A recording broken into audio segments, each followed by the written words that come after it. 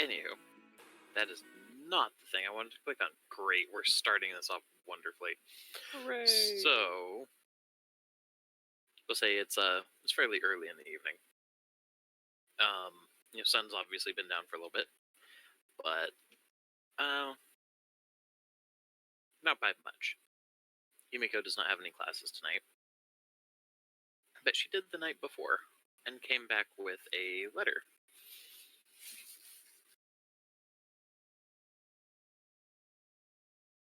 Sorry. Anyway, so when she came back with said letter, for those of you who are not on the Discord and getting to read all of the things as I pretend to actually run a coherent game, there was a letter that was dropped off at Yumiko's dorm by her sire through a courier service. Hey there, sweet thing. You should get one of those friends of yours and come with me to meet someone. One of the ones with an impressive resume that's harder to find online. I'll pick you up at the Tacoma Dome and we'll make a night of it. See you tomorrow. So, Yumiko wakes up to this, or wakes up the following night, and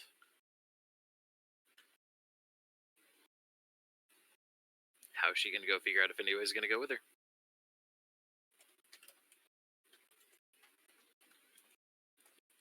Okay, so she's just waking up.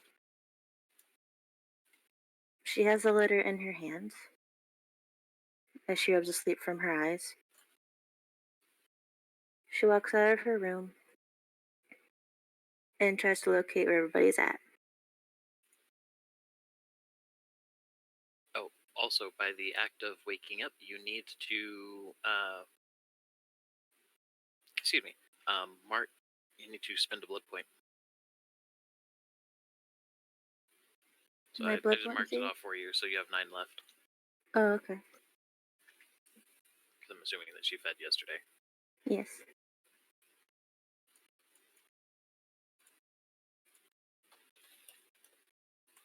So right now she's looking through the haven, looking for where everybody's at.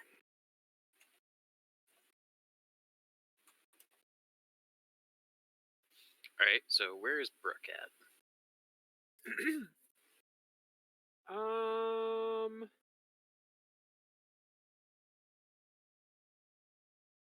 Probably wherever she can work out at. Wherever she can what? Work out at. There was talk about setting up an exercise room. Yeah. So what is her preferred workout equipment? Elliptical, treadmill, weight bench? Probably an elliptical, get some good cardio in. Okay. And is Ben going to be in on the scene, Josh, or you just kind of... I can have Ben on the scene.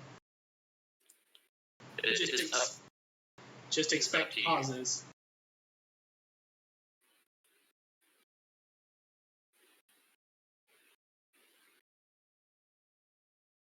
Not like that. Okay.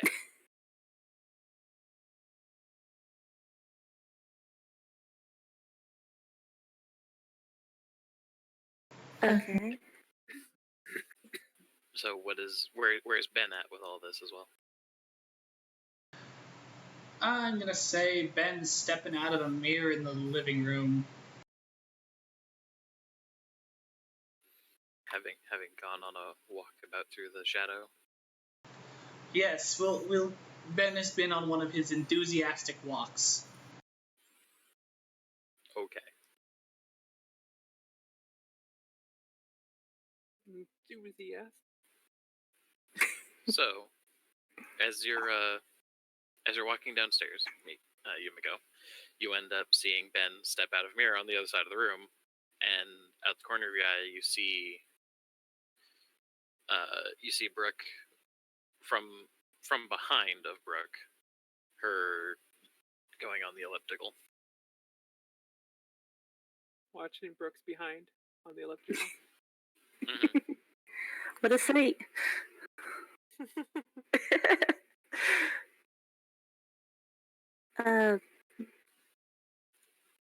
Good morning, Ben.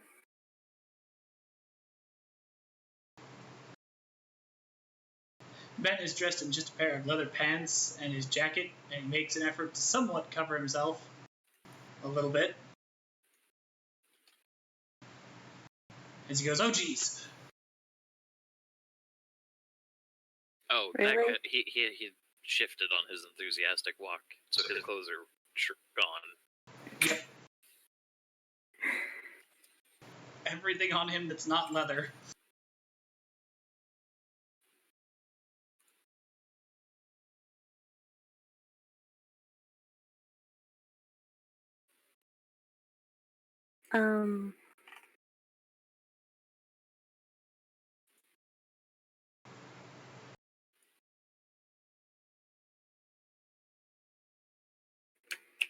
Yumiko, now speechless.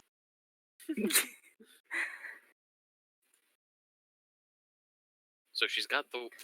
I mean, to be fair, it makes I distracted her, but also Yes. at the corner of her eye, she's got striking looks too, on an elliptical, just going to town, and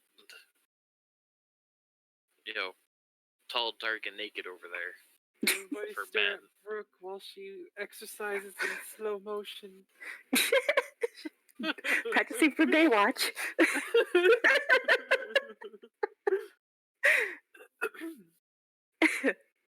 Anyway. She calls out to Brooke to get her attention. Brooke? Jumps off the elliptical, ready. Oh, hi.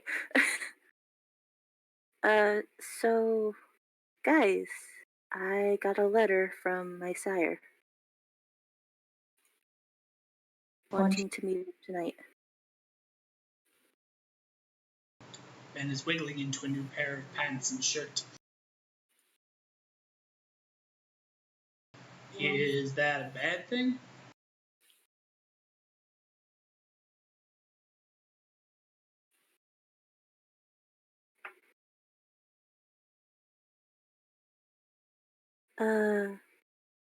Well, yes and no. I don't know. Depends on how you look at it, I guess. Can he be trusted?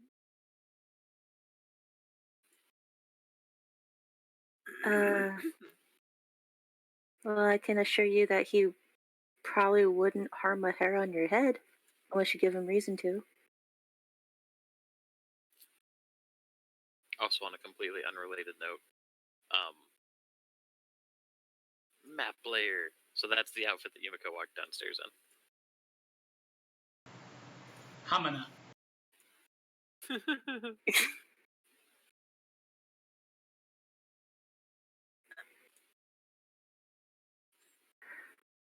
But, do you guys want to go with me tonight? I'm ignoring everything. Ignoring everything. Just stop. Her head's big. Hold on.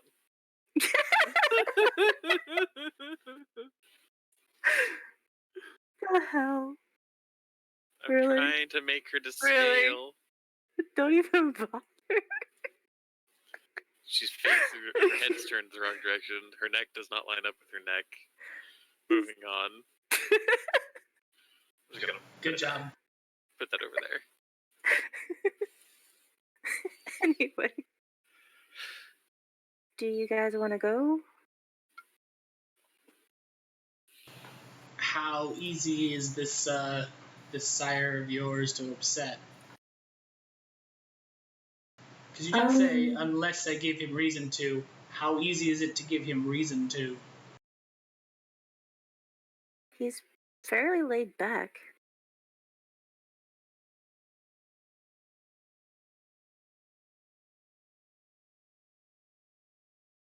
Out of character, did she mention that the point of meeting up with him was to go meet with somebody else yet?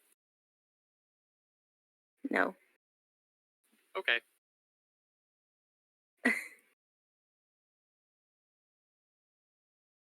I mean,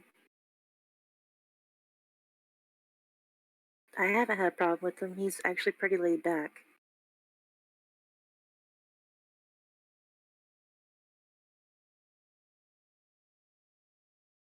Ben gives a curious look.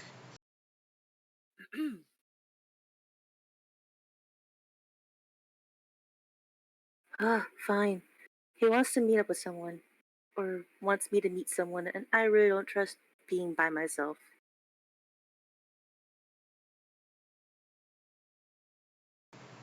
Well, that's a kettle of a different color. And he did ask for my friends to come with me. Everybody take 1 point of willpower damage for Josh's comment. Wait, what? I was being a smart aleck. He's like, well, that's a kettle of a different color. Like, everybody take 1 point of willpower damage for that comment.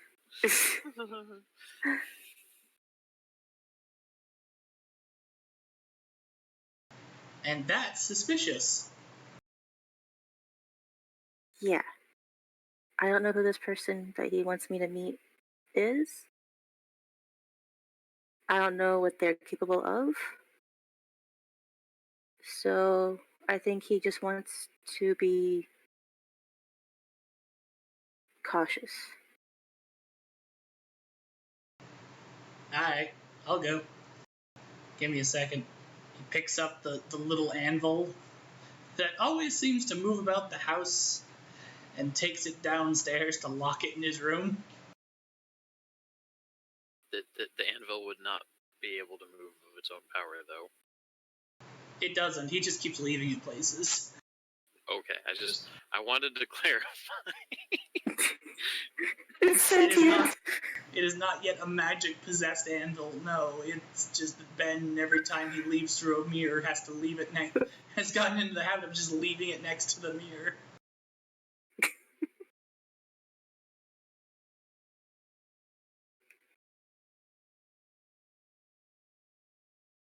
Yumiko looks at Brooke. Are you going to? Are you concerned? I have many concerns lately, but I feel the more that come along, the better. Okay.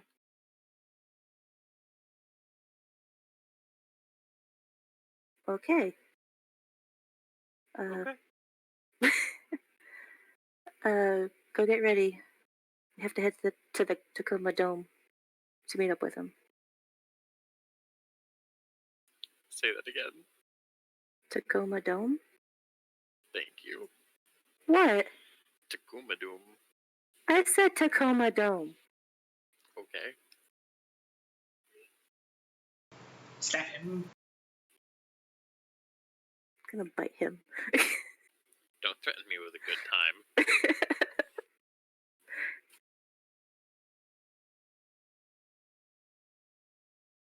Okay, I'll be waiting here until you guys are ready.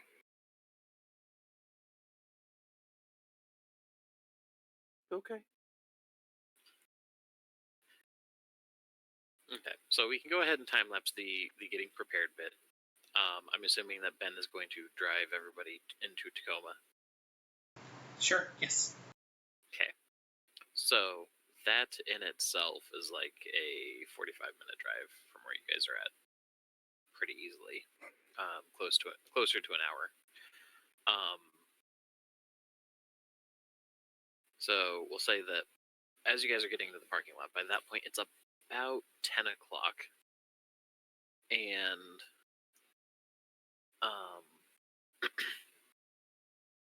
when you come pulling up, there's the normally there would be a somebody at a gate attendant, because there's actually one of the admission gates. But there is there is somebody there, but as you're approaching, they look inside, and you can tell that they were going to give you the canned response at first of like, oh hey, there's no events going on tonight.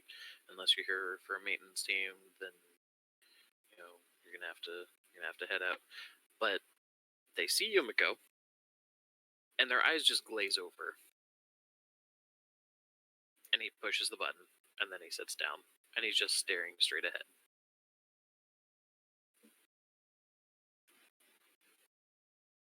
That was disturbing. Highly. I cannot explain that.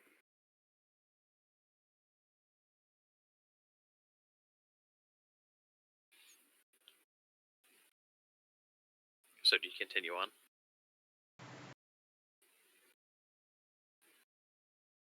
Ben looks at Yumiko. Just keep driving. I continues driving.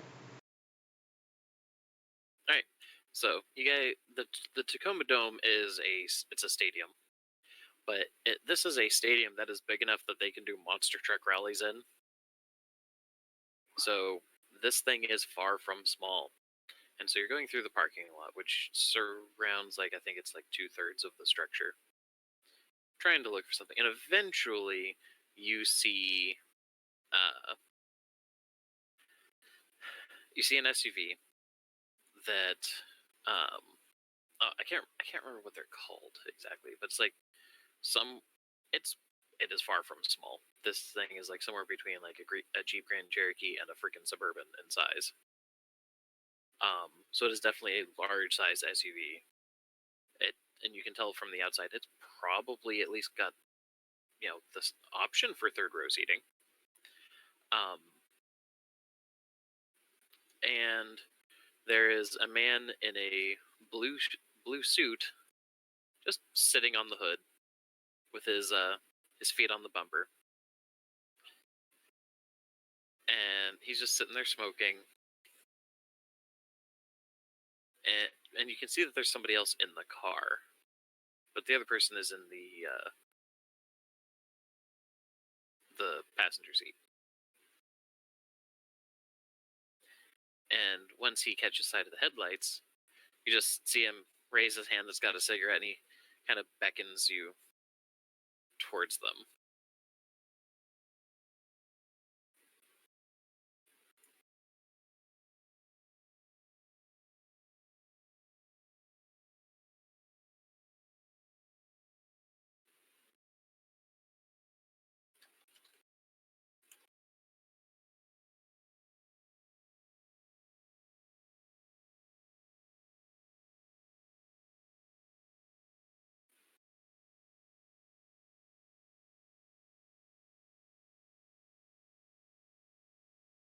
Alright.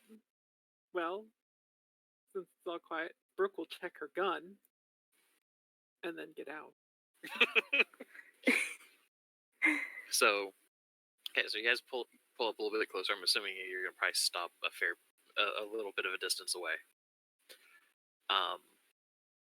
And then Brooke's the first one to get out of the car, and you just hear this. It is definitely a whistle, but it's not super high pitched.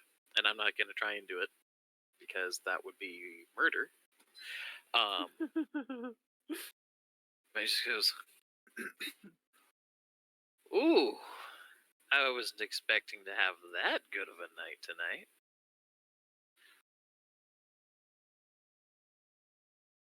Just glare at him. Out of character. And that's when Brooke fires.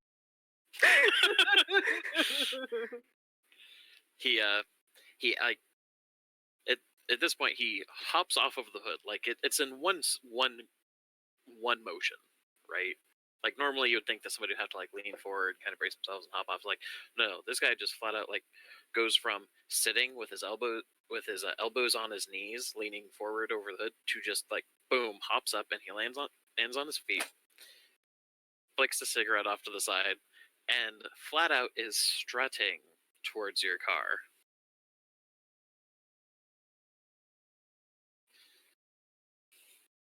Yumiko gets out of the car.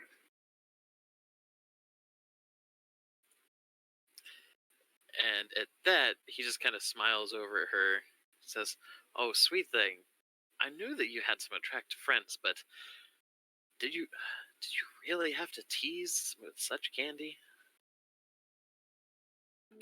The faces Brooke is making right now.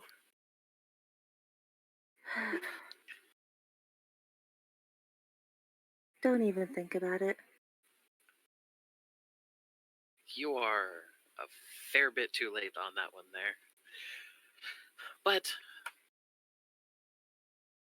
that's poor manners. I do apologize, ma'am. My name is Harold Sanchez.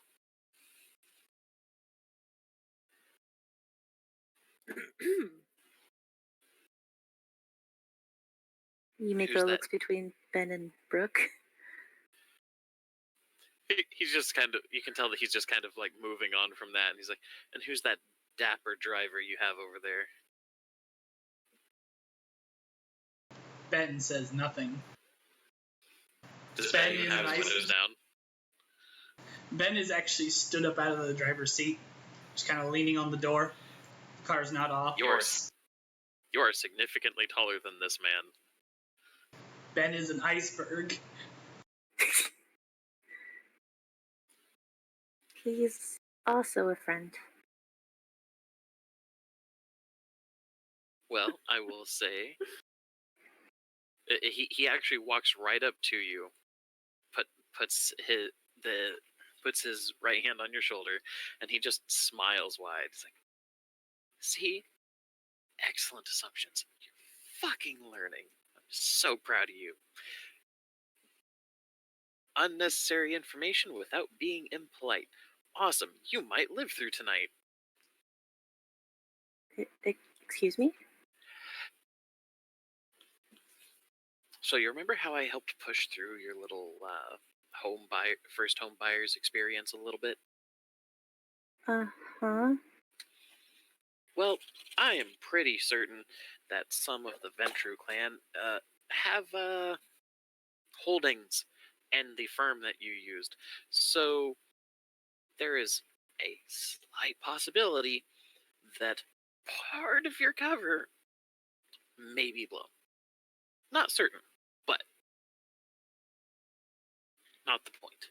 The point is, there's a very important thing that usually has to happen whenever there's a new vampire in a domain.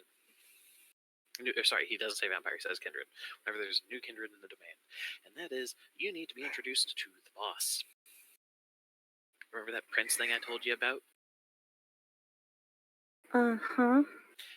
Yeah, they're supposed to know about everybody that's going through their domain, even if you're just passing through.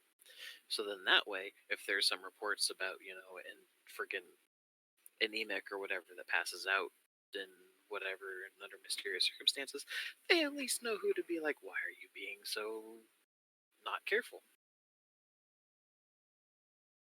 Gig Harbor is outside, officially speaking, of the prince's domain. But we're all around we're all hugging the coast of the Puget Sound, so here's the plan. You remember when I told you about also what a priestess is? The leader of a clan? We're going to go meet our priestess. Her name is Nayla.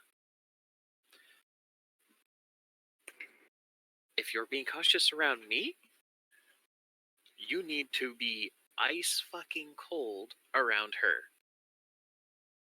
Because she will try and ply you for as much possible information as you can, and even your silence will give her answers. And throughout all of this, he's smiling ear to ear. You can actually see You can actually see just how excited he is. And at this point, he instead of having a hand on her shoulder, he actually steps to the side and puts his arm around her shoulder and starts talking to all three of you. So the gist of it is, you guys are fine. You guys are the emotional support posse, so that she can keep a cool head. Because here's the thing: when we go talk to them, we're going to tell them that you are a new vampire, or a new kindred. You don't know who made you. is what we're going to tell them, and that we're going to talk, and that we're informing them because we've realized that you are a Deva, and that we're going to tell the prince because you're fucking supposed to. But we're specifically not going to tell everybody else because we need to see who's paying attention.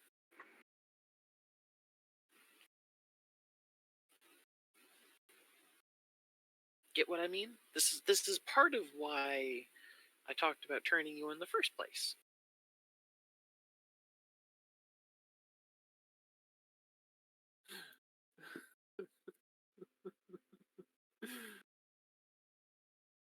Yumiko just bobs her head along with everything he's saying. Oh, okay.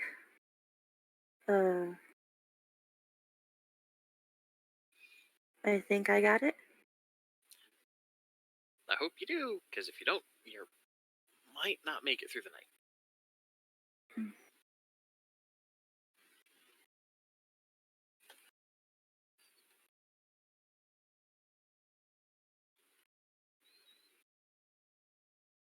Well, that was nice knowing you guys.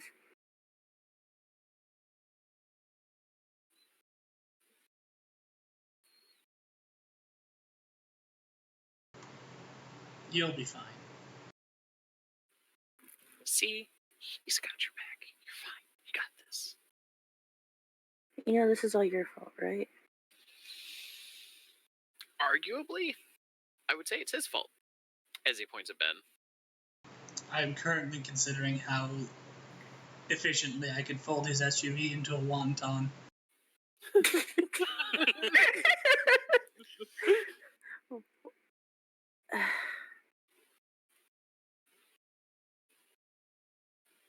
We talked about this. We talked about why I turned you.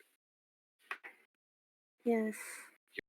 First, you guys have already been exposed to this wonderful shitty nightlife that we get.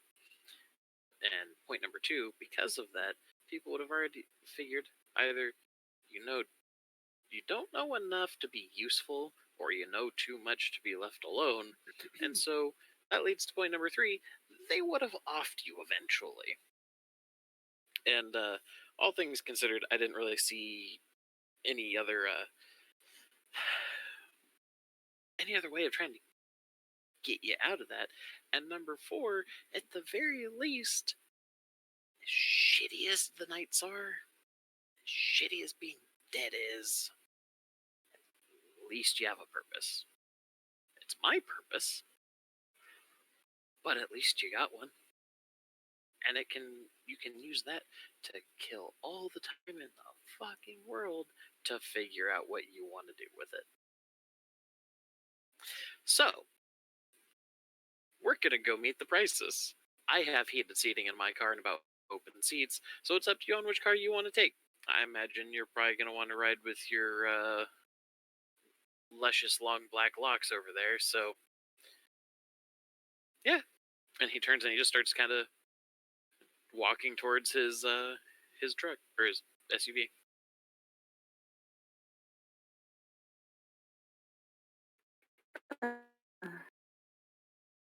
Yumiko looks at Ben and Brooke. Ben has a very furrowed brow and does not look happy about something. Guys like that make me glad I'm not straight.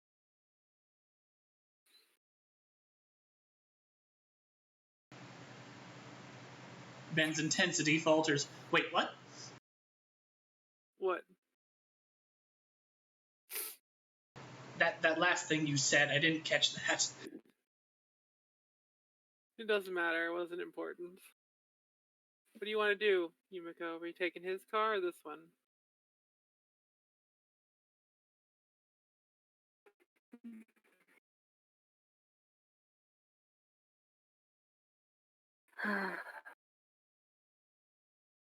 Yumiko thinks for a moment. I feel much safer in our vehicle. But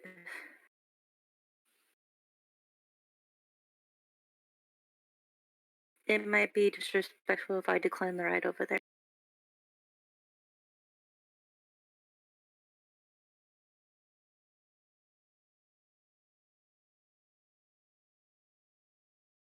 Well, I hate this. if you want to get in his car, I'll come with you.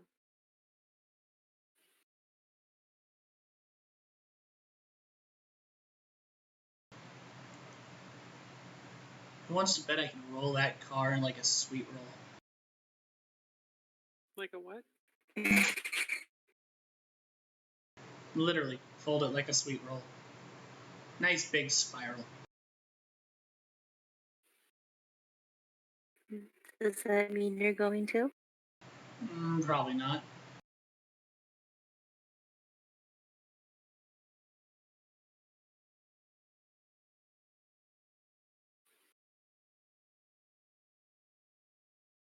Yumiko But- gets into Ben's car. I was gonna say, clarifying question: was that does that mean you're going to as in TOO, or does that mean does that mean you're going to as in you're going to go roll up his car like a freaking blunt? Going in the vehicle with me and Brooke. But she's got into Ben's car, so I think Yumiko's made her decision. Alright, well, then, into Ben's car we go. Ben sits back down in the driver's seat and closes the door. The other SUV starts up and starts heading out the gate. On your the front gate is still open as you follow along behind.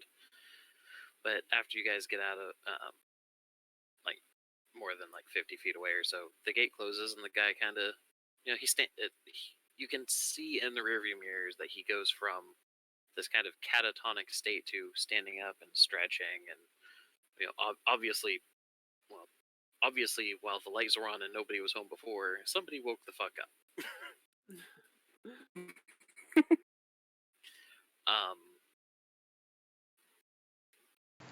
Do you guys have anything else that you're going to talk about while you are driving? Yumiko, Yes. how do you know about what happened at Natalie's?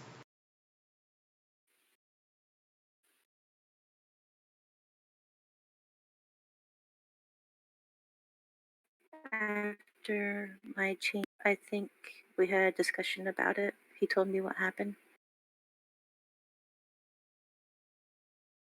So you told him, or did he already know?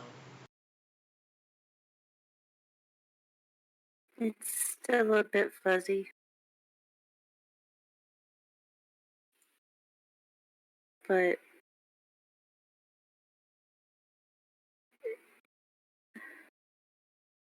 I'm just gonna say yeah.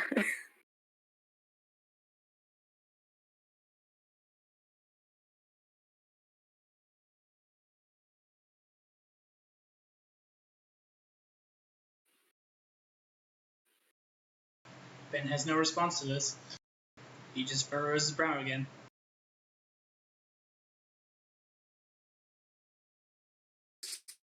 So I don't know who changed me. I don't say too much. I don't say too little. This is gonna be very tough. And also play like he isn't your sire.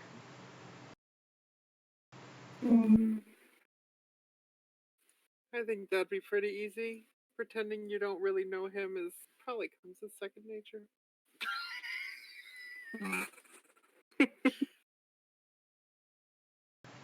I just Also- feel like he evokes that kind of reaction to people. I mean, you're not wrong. I really don't know him. So it's not gonna be hard to fake.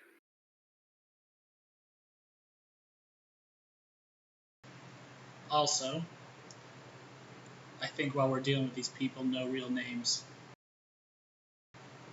You're Sakiko, I'm Wendigo. Brooke, what do you want to be Basil. called?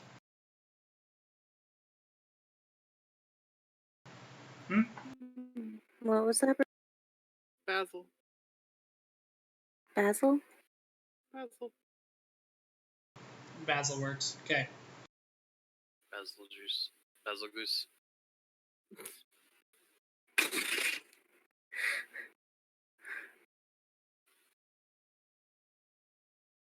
Which is why I didn't introduce you guys by name when he came to us.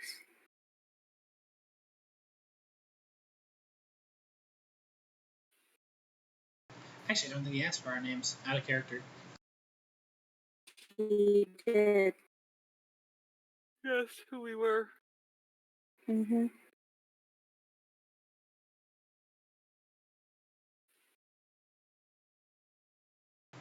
Well, just in the future. No real names. Duly noted.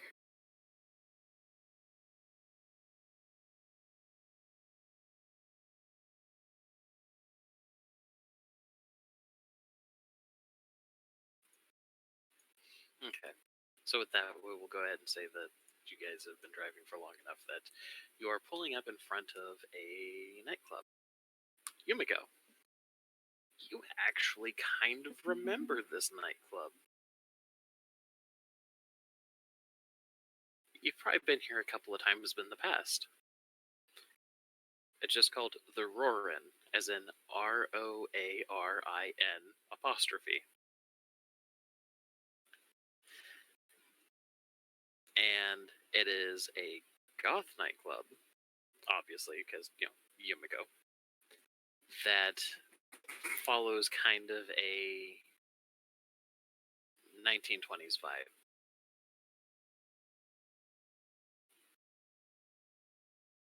You guys pull up, and there's a parking garage to the side of the club. When you guys pull up after Harold, and the guy at the toll booth here just says, he took care of you, go ahead and go park. And he hands you your parking ticket.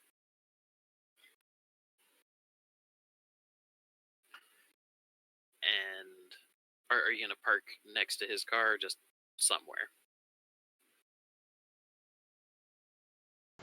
Ben deliberately parked somewhere where it will be easy to bug out if necessary. Close to an exit. Okay. So probably like on the second floor where he could get some speed up and whatnot, and just take the gate. Yep. On after the down ramp. Okay. Harold pulls in backwards so it'll easily just jump and run. Most parking garages have a thing about making sure that you park in nose first. So are you going to still do that? Does this one have any rule that says I can't?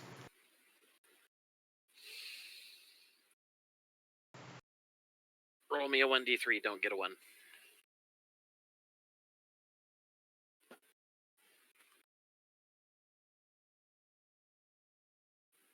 Two. Hey, you didn't get a 1.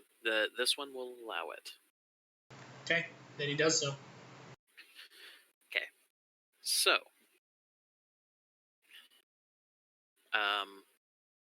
you guys see Harold a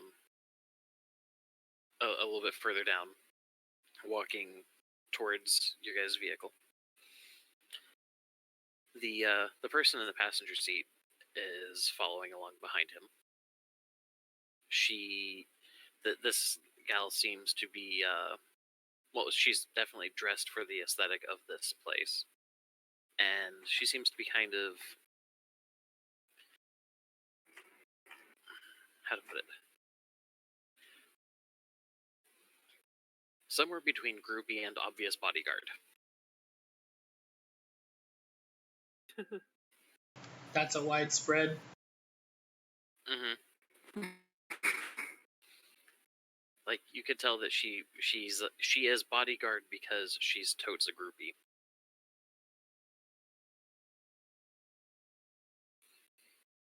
And despite the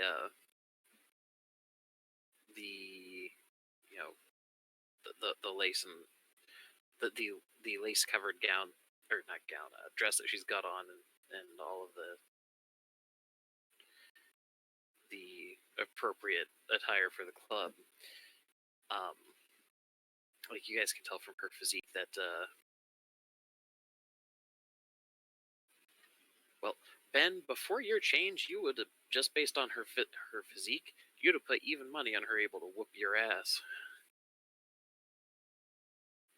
Respect. Man, that's hot. And from a bit further away than should have been capable, you hear Harold giggle. Like, outright giggle. Like, you have no idea. Anyway, are you ready to meet Nayla?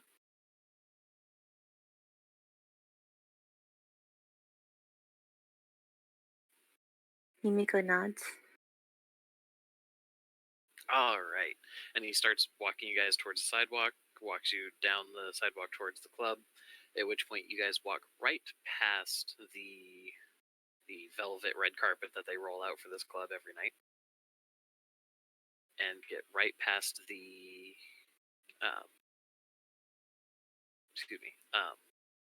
the rope. You can tell that Harold's been here before because he doesn't even say anything. The guys at the door just see him, nod, and you guys go. Everything inside is super, super plush, super cushy. You can tell that there has been some significant attention to detail on not just the style of things being appropriate, but you can tell that they probably were even emulating construction methods. Despite there is still a hardwood dance floor.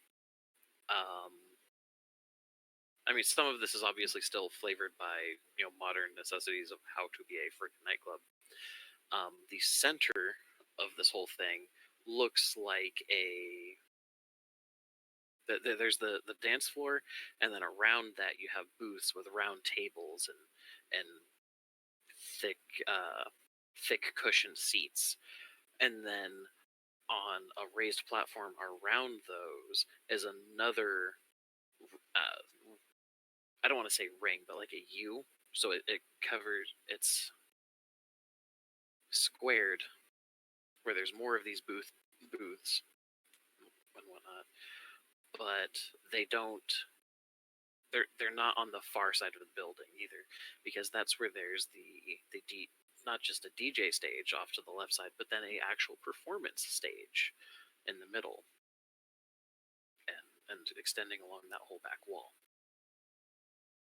And then there's even a third tier up. So like when you guys come in, you're on that third higher tier where there's again bunches of booths and whatnot. There's people with food and drinks and lots of smoking, and it actually, because of each of these tiers, steps down towards the dance floor. Harold stays on that third tier, takes an immediate left, and starts going around the outside of the walkway, where he is leading you all towards the bar. And he leans over to the bartender. He says, "I don't suppose that Madam Hayes is in tonight?" At which point the bartender says, "Well, who's asking?" Harold Sanchez. I'm an acquaintance, friend. You could say almost family. It's great." Right. I'll let her know you're here. And he picks up a phone, pushes just a couple buttons. "Yeah, you're expected this here, ma'am." All right. And he hangs up.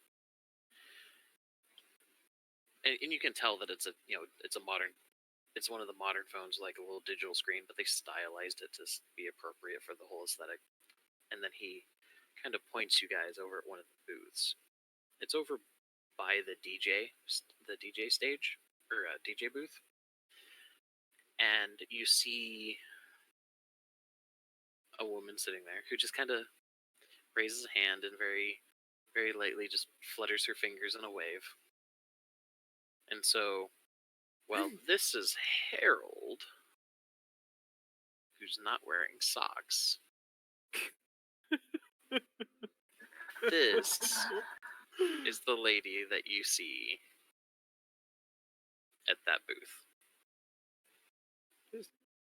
Did she dress in a, like, is she dressed like a normal person, or is she, like, wearing something? She's like wearing that? exactly what you see in that picture. Okay.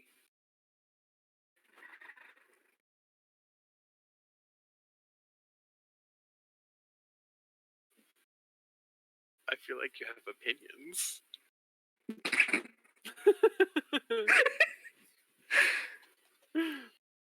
No, I do need to find a better one for that. But Someone didn't age well with the talkies. oh,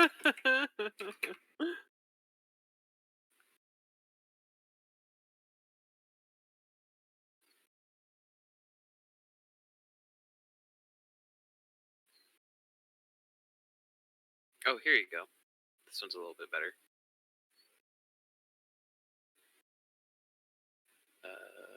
View image. Oh wow, this is a big image.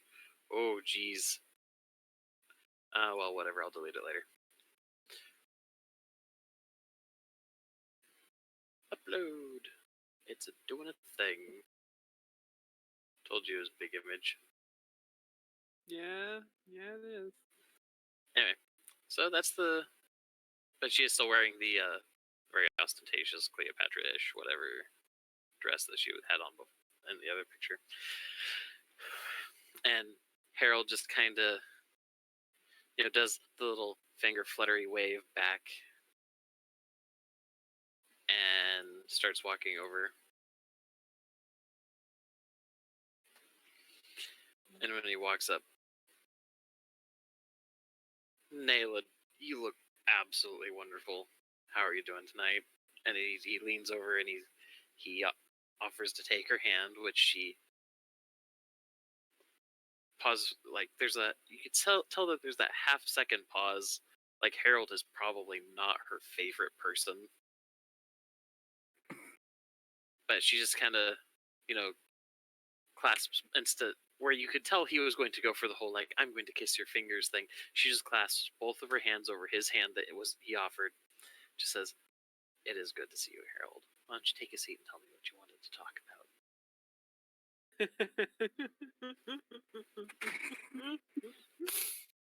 At which point Harold just smiles wide and he steps back slightly. I found a new kindred in the streets of Tacoma. And she kind of just raises an eyebrow as she looks over at Yumiko directly. And Yumiko, as far as the whole, like, your beast can sense others,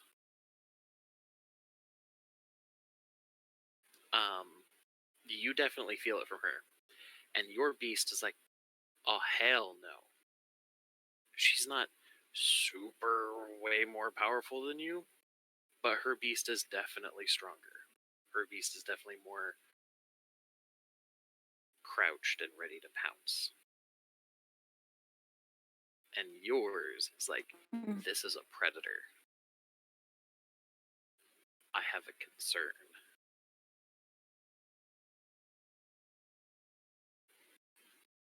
Yumiko stands her ground. Okay.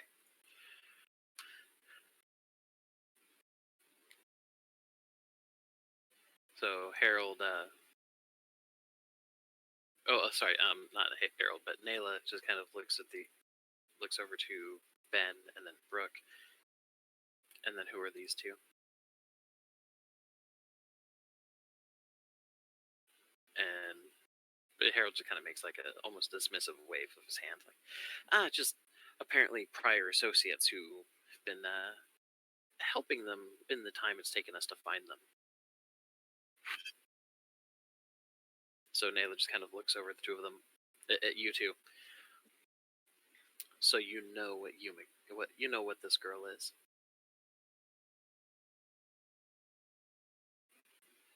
Or rather, what she says, then you know what makes this girl special.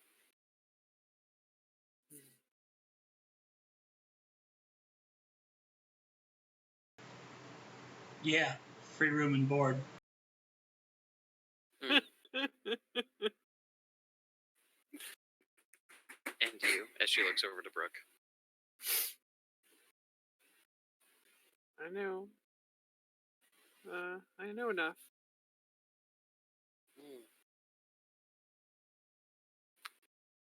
She kind of makes that pointing that you do to somebody when you kind of just bob your finger a little bit, and she points at Ben. I like your answer. But sit down. Let's have a talk. I didn't hear the first thing she said. Oh, she as she's like bobbing her finger to point at Ben. I like your answer. As she smiles, and then she gestures towards the rest of the booth, and then says, "Counting for taste." She pointed at Ben, not Harold. Exactly.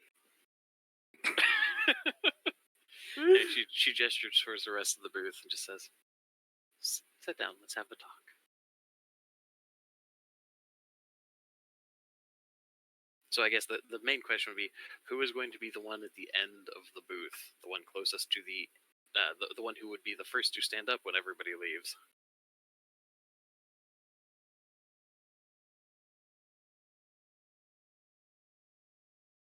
Me.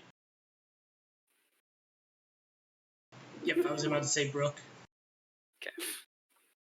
So Harold kind of scoots in first, because it lets him sit between Nayla and whoever else is going to be there. And he just kind of he kind of takes point. So Nayla, actually, there's one other thing that I should mention. As everybody's shuffling into their seats, Nayla looks over to the DJ booth and just kind of make a very light nod towards the booth, and the music picks up a little bit. Harold kind of winces, and then you can tell he kind of winces as the music gets like notably louder, but then he recovers and doing just fine.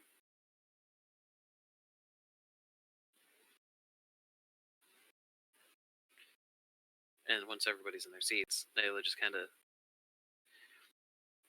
lays one hand on the table and then puts her other hand over it, and then she leans forward and says, "All right, so let's start with what's your name?" As she's looking at Yumiko.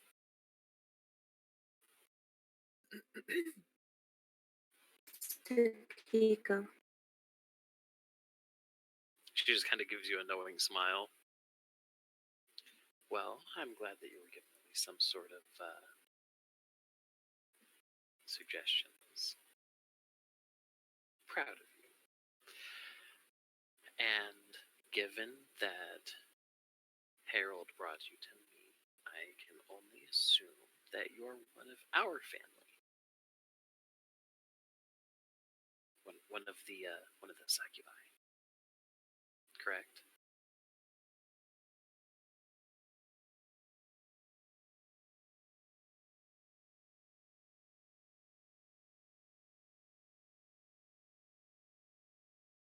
Did Discord die again? Yumiko slightly no. Oh, I had to cough. no dying. Dying is bad for you.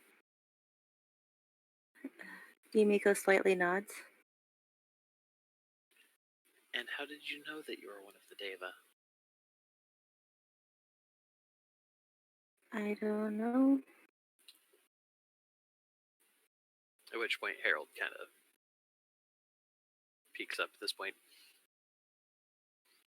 I kind of realized it when she was doing the attention thing. And Nayla just goes, okay. Now, do you remember who embraced fleeced you. Do you remember what they looked like?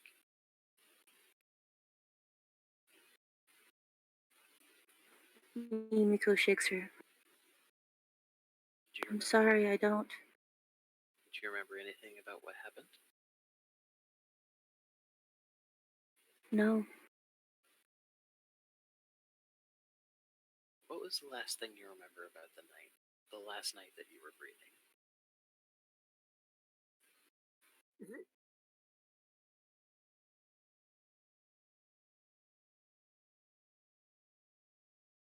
Yumiko tries to recall. I really don't know. It was all a blur. Now, is she actively trying to recall? Yes. Roll intelligence plus resolve. You may choose to spend a willpower point.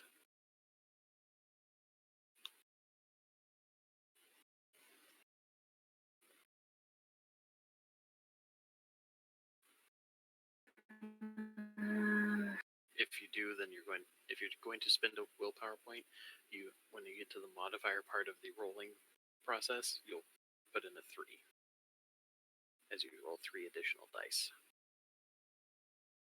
Okay, I'll do that.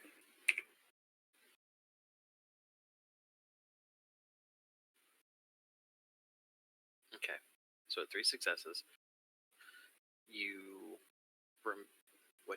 what she actually remembers is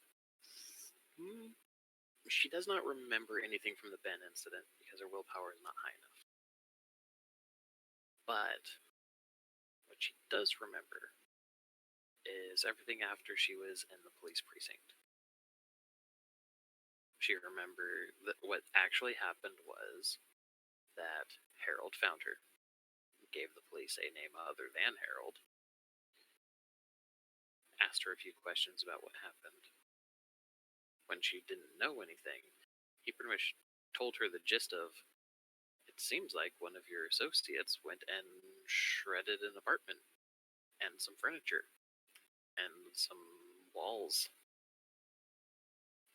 And this seems like it somewhat came out of nowhere. And I would like to get to talk to you more about this. And so, if you want to help me with answers, and I can help you with answers, I can get you out of here. And then the rest of that was, what she now understands is she got hit with Majesty, and she got hit pretty hard. She wanted to go with him. And they went all the way to Seattle. She remembers being tuckered out from a couple of hours of very, very intimate and very effective sex. She does not remember if there was ever a point where he actually perspired, if he was ever breathing heavy, if he climaxed. She knows she certainly did. Gross. How much of that was Majesty or not is up in the air. And then he talked about wanting to know more about what's going on, about wanting to try and give her the tools to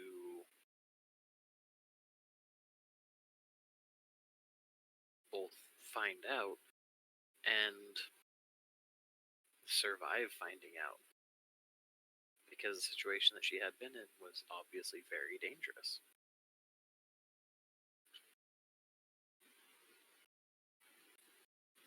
So,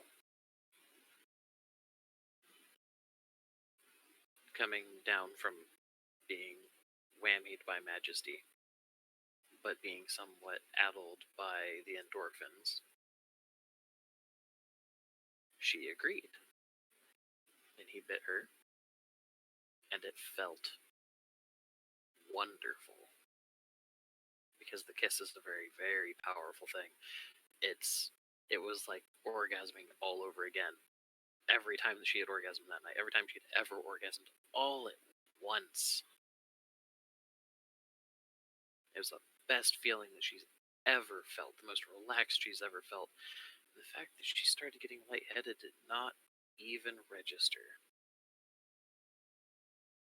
And then as everything was fading to black, all she heard him say was, swallow.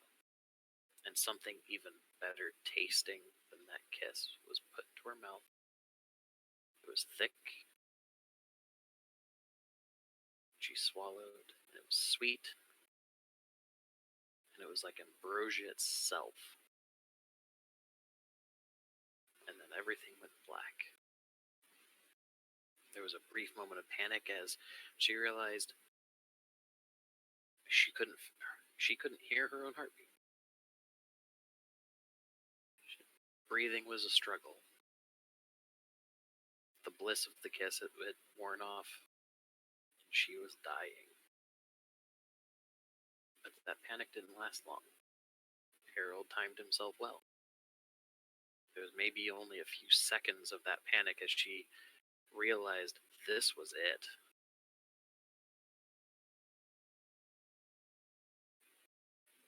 And then she sat up with a start. The next day, the next night, really. And that was when she got the explanation that he was actually one of the kindred.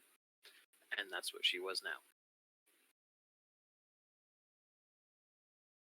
There were some reserved, if harsh words, which he took in stride.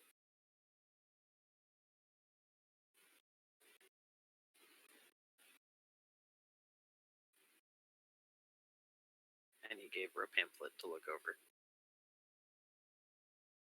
Pretty much with the statement of, I know there's too many questions to ask you to come up with them yourself, so here you go. This is your starting off point. And then they talked about what they now were. And then he talked to her about what he wanted of her. To keep an eye on her friends, to figure out what's going on, to figure out how to be a kindred in the first place, and to keep it all quiet from the other kindred. Because none of them are trustworthy. Not a single one. They all have plans, they all have schemes, and they're all out to get you, just like everything else in the night. And one of your friends is now one of those things in the night. And probably the person that you were looking for, too.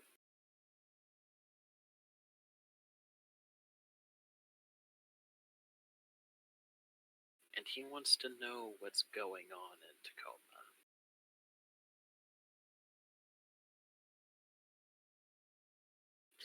So that's what Tsukiko remembers of the night that she was turned and waking up.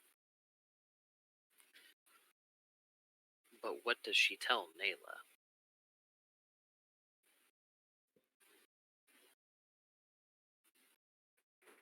All I remember was tasting something really good. That's all. I would like you to make a manipulation plus subterfuge roll, please.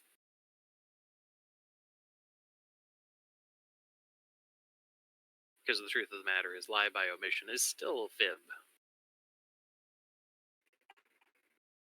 Of course. Liar, liar, pants on fire.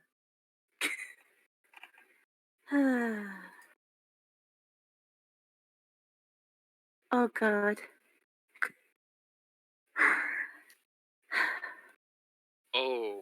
Oh, that is most unfortunate. Of course it is. So, you...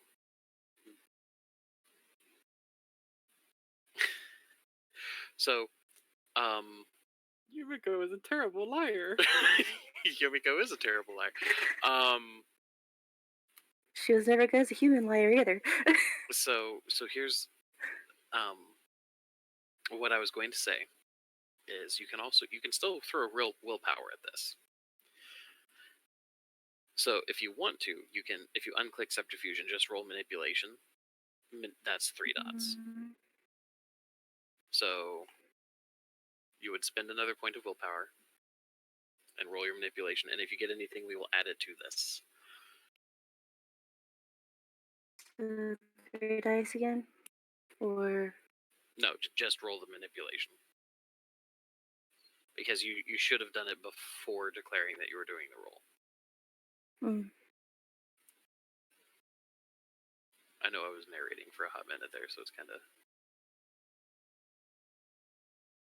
No modifiers then? Correct, no modifiers. Okay. Alright, cool. You get 1 success on your roll instead of a critical failure. Because you rolled no successes and a 1. Stupid subterfuge. Hate it. It's almost like you have no dots in it, which negated one of your dice from your dice pool. Because I you're don't doing have it any untrained. dots in it. Yes. Anyway, so you do get 1 success. We are now going to roll Nayla to see if she sees through this.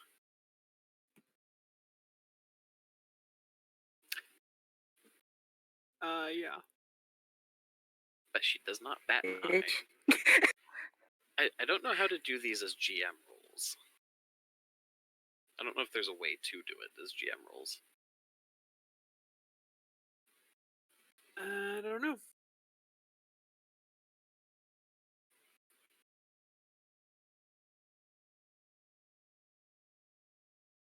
Oh, you know what? Actually, I should click on this thing.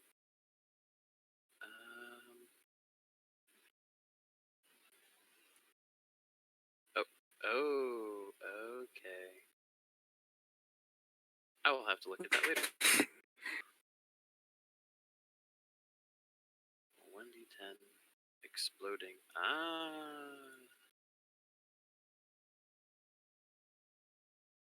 wonder if this is going to do it. Roll. Yep. Okay, there we go. That's how it works. I think.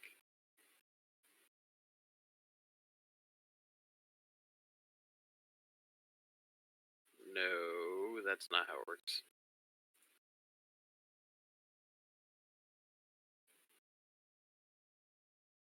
Either way, sorry, I'll worry about that later. But point is, Nayla doesn't bat an eye at this. And just says, okay. So, what you're saying is that we have one of the Deva clan who's going around creating kindred and abandoning them.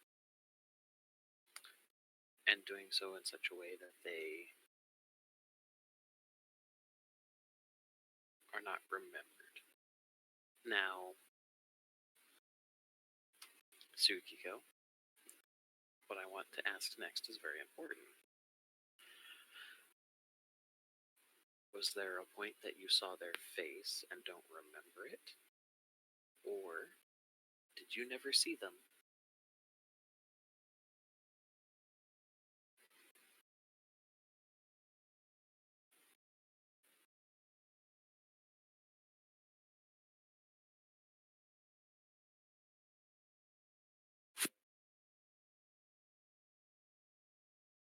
Hello? Yumiko looks at her.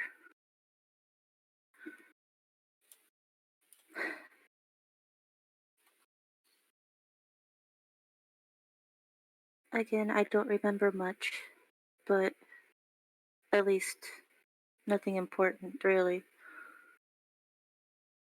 But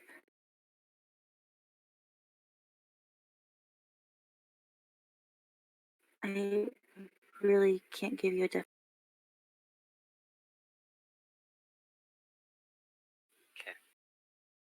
So, at this point, she kind of reaches across the table and like very, you can tell that she's very gently offering her hands for you to take them.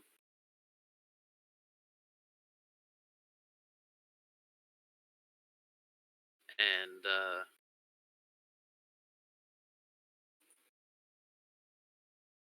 I need to get to the right page.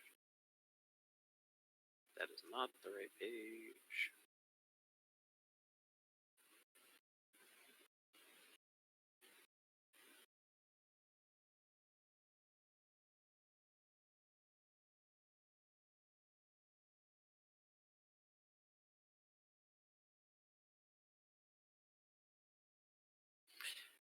Okay, here we go. And found my dice pool.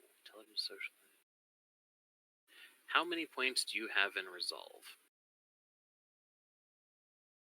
2. Okay. Socialize. Roll at a -2. Cool. So.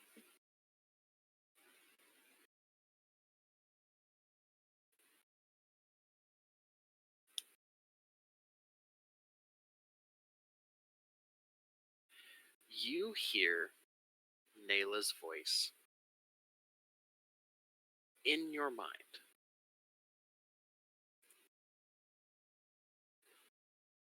Her lips aren't moving. And all she does is kind of just gently squeezes your hand, and what you hear is, I don't know what game Harold is playing,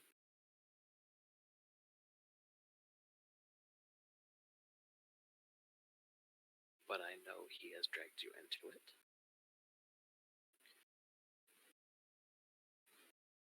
And you and I will discuss this later.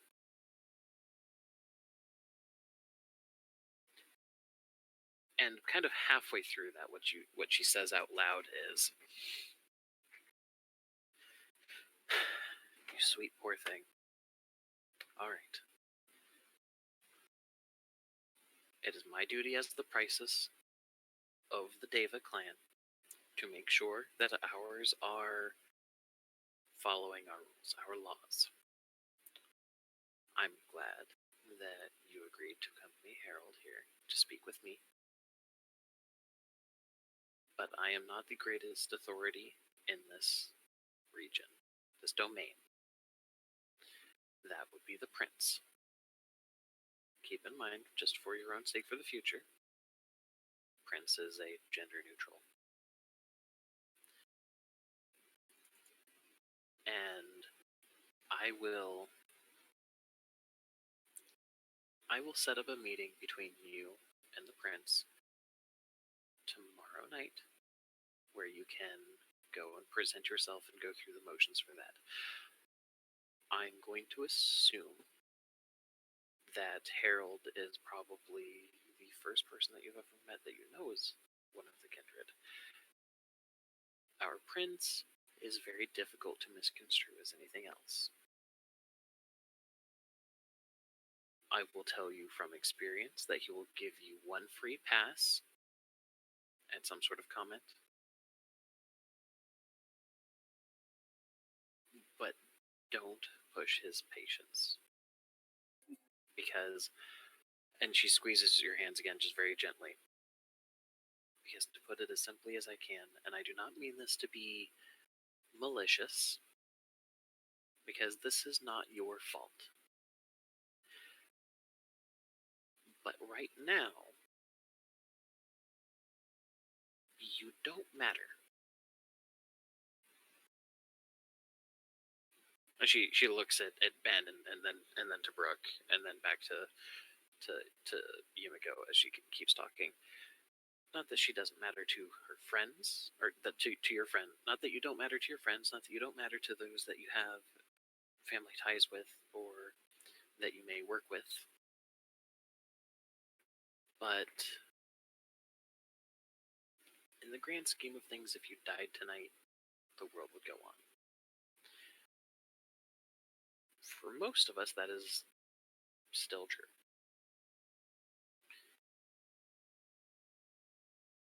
And the prince has enough pull that you could just not disappear but never have existed. He is not that malicious, but our kind are quick to very, very tilted emotions.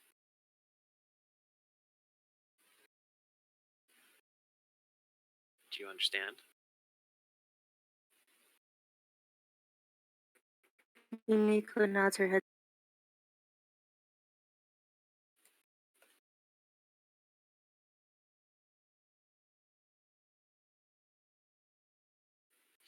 So what is Yumiko's current, most predominant emotion at this point? Concern, if not a phantom fright. Okay. At this point, she kind of lets go of your hands, pats the back of one of your hands, and she sits back in her chair. So, Harold, if we have a rogue Deva, I want you to keep an eye on things, but continue as you were. I do not want you. she kind of like locks eyes with Harold, and I need to go to another page really quick.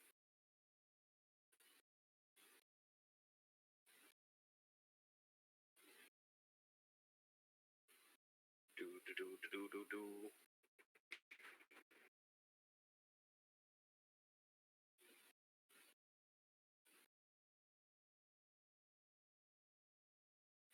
Awesome. Intelligence expression. Oh, this is most unfortunate for him.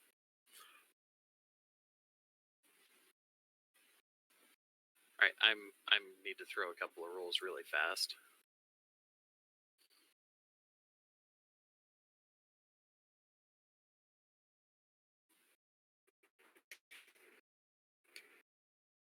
All right, so we're rolling that. Okay, and she is rolling.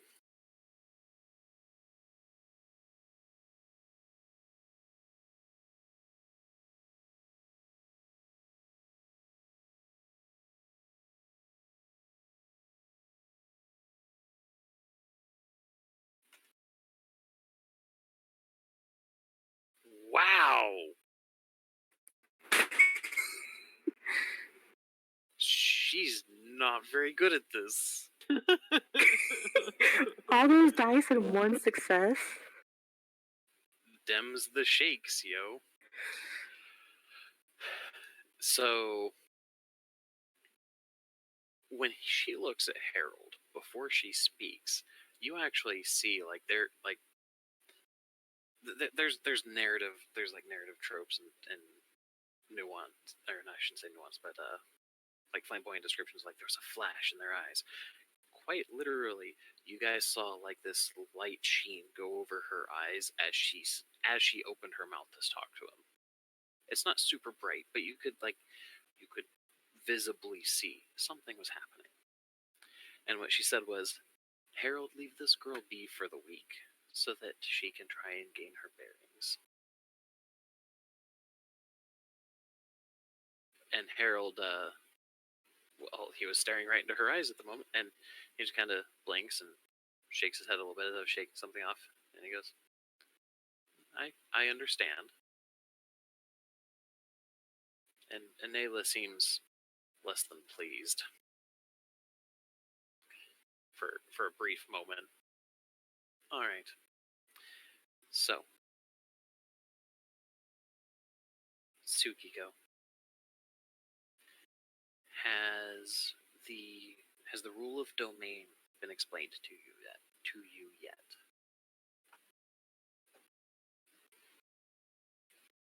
Rule of domain. Vampires are territorial creatures.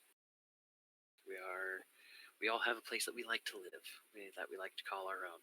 I'm certain that in the short time that you've been as you are now, that you have preferred palette that you like to feed from, a preferred place that you have to live, not just necessarily your home, but a place that you prefer to have as your stomping grounds, as some people like to call it.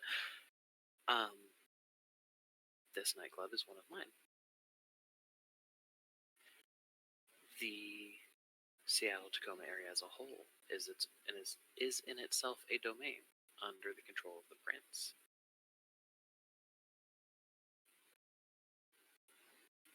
Each of us, think of it as different layers, as it were. The city as a whole is under the prince's domain and protection, and jurisdiction.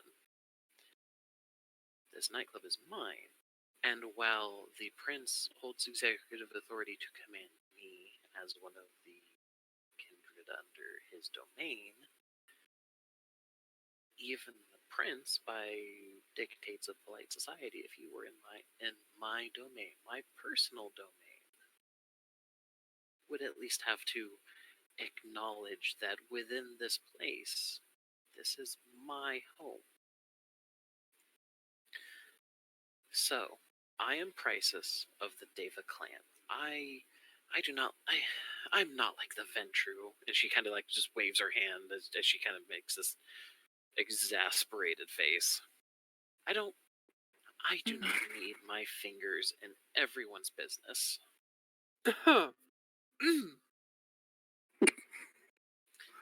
Yes. Nothing.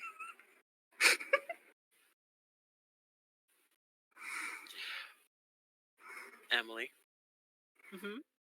I would like you to roll your resolve and oh crap, what's it called for you? You're weird.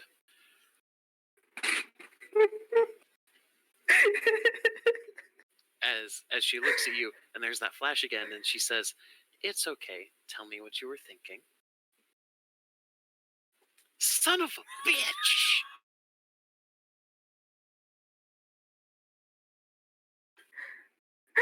You just gotta get one success and roll. Oh, You deadlock. so no, guys. It's worse. I moused over Brooks. I'm like, oh, cool, critical failure. So that means as long as she didn't, and they're both critical failures. Or dramatic failure, sorry.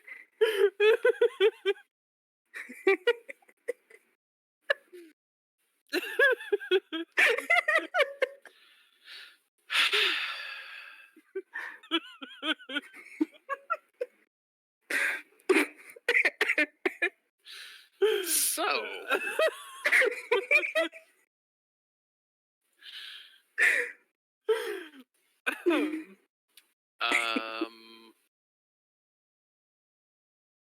so yeah, given that they're both dramatic failures, because it's a contested roll, so it's not actually dramatic failure because it's contested. You would have to beat her and then roll the dramatic failure. So you're not immune to her dominate, but it definitely doesn't sink in. But so here's how this goes though, Emily. Brooke felt pulled towards her. Brooke felt like, for a brief moment, Nayla was the center of the world. Only for a split second, but for that split second, it felt awesome to be that close to the sun. That close to the middle of fucking everything.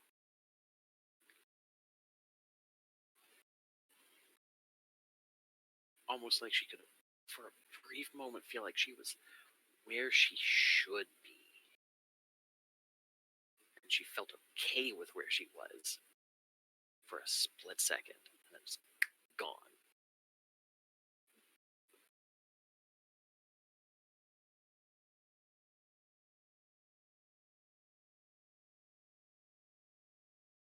And all of that pretty much happened all at once. So, to pick up where we were in the scene. No, go ahead, dear. Tell me what you were thinking.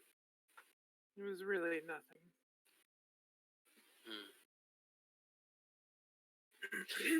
Well, I suppose I'm losing my touch this evening for getting people to open up then. Harold is for once being quiet, and Tsukiko, I apologize, but you seem so uptight. Really, none of this is your fault. Once things come around full circle and we figure out what is really at the root of these problems, I'm certain that none of this is really going to be your concern. And then there's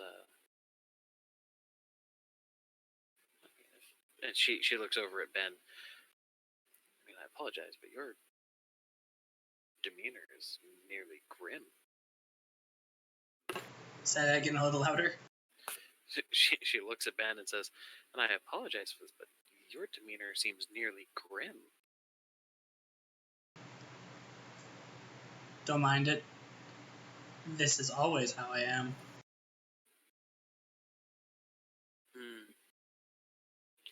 Well, the point of what I was bringing up, as she looks back over at Tsukiko, the point of what I was bringing up about Domain is this nightclub is mine. I seem to recall, I believe that I've seen you here before, actually. And I want you to know that for tonight, if you feel the need, you are certainly welcome to feed from any of what I refer to as my herd. It's a common kindred term for any of the population with which feeding from them is regularly acceptable. Some know what they're doing, others don't. I mean, I'm certain if you've been here before that you're aware at least some of the those unfounded rumors about the slightly more. She kind of dances her shoulders back and forth a bit as she's looking up at the ceiling, trying to play coy. More sensual aspects of this club. They may be relevant to some of our kind coming here for, to pep themselves up. Wait, where did you bring me?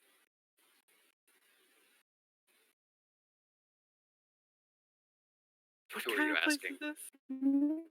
I'm suddenly like, she's like making these weird illusions, and like suddenly Brooke's just like looking at Yumiko like, wait a minute, where did you bring me?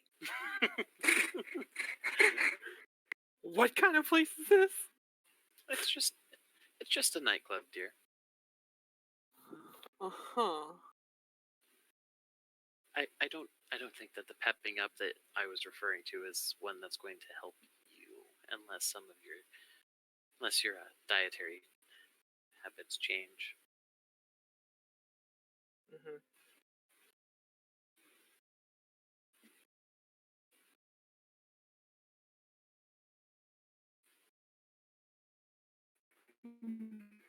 Thank you. You are certainly welcome. Now, Harold. What was it that... Was there anything else that you needed to bring up besides bringing Tsukiko to my attention? Oh, nah, just... I wanted to talk with you about some of the things with the ports, whatnot. I heard that there was some of the. He kind of looks over at Tsukiko and then looks over at Nayla. That some of the blue bloods were having a little bit of issue with that whole trying to quash some unions bit, and I don't know, wanting to know if you had any plans to get in on that. At which point Nayla just kind of like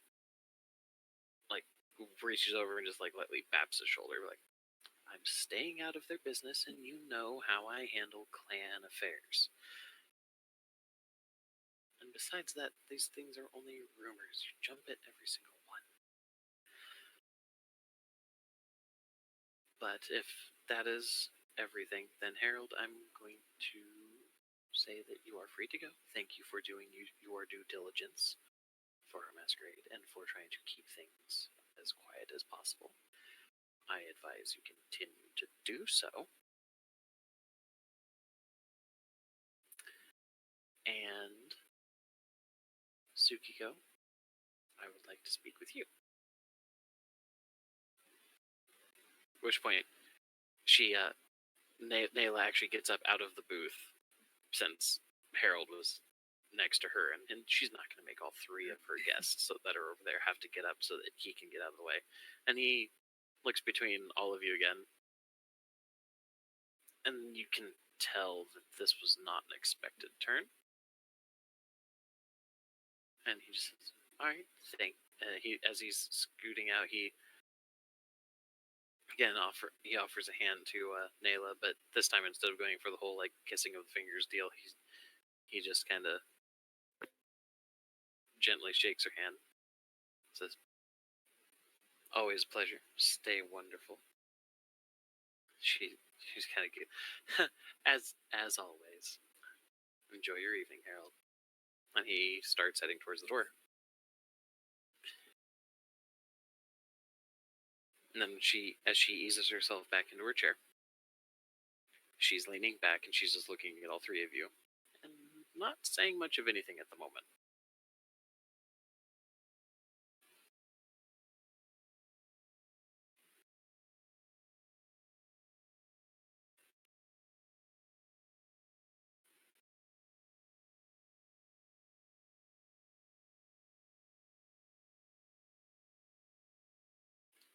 What's everybody's composure dice?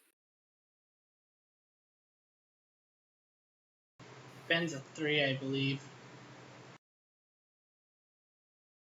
Yeah, Brooke's a 3.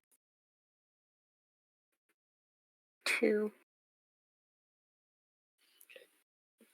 Tsukiko, you get awkward first.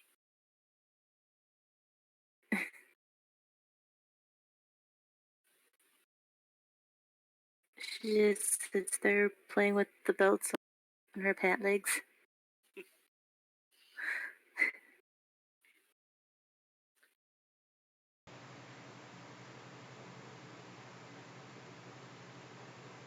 Ben gently nudges Yumiko's leg underneath the table with his leg.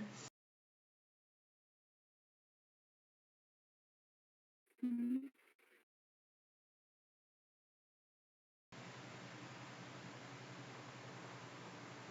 Are you hungry?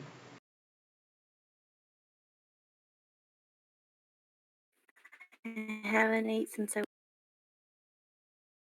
You cut out really hard on that. She says I haven't fed since I woke up. So, not full, but could stand for something. Do you have any preferences?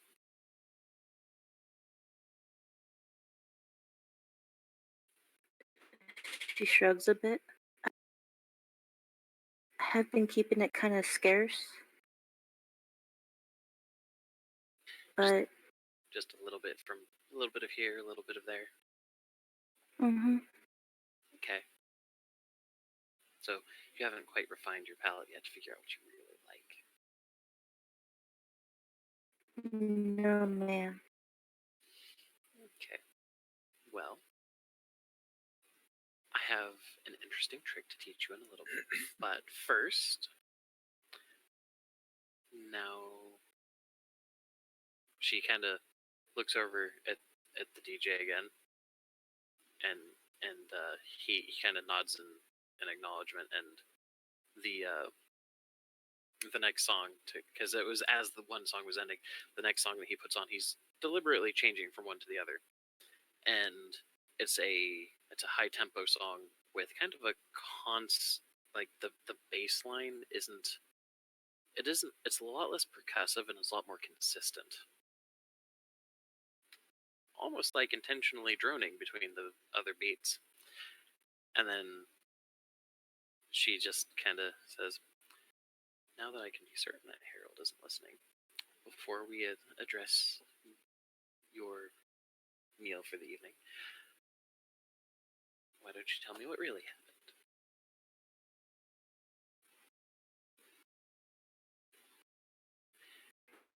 What really happened? Mm-hmm.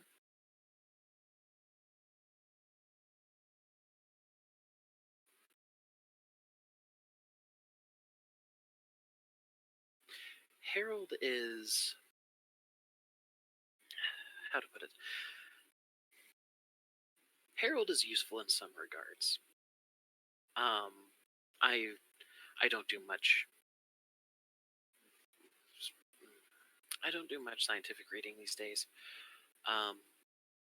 Just enough to kind of get by, understand what some of the common parlance is nowadays.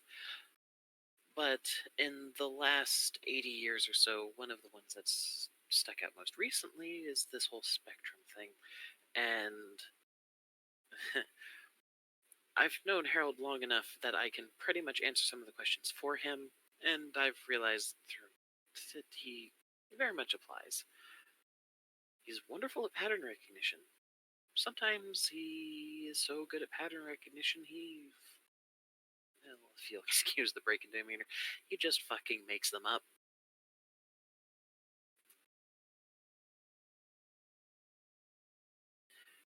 I'm going She to just gives her a quizzical. I'm going to do some inference, and I want you to tell me where I'm wrong from.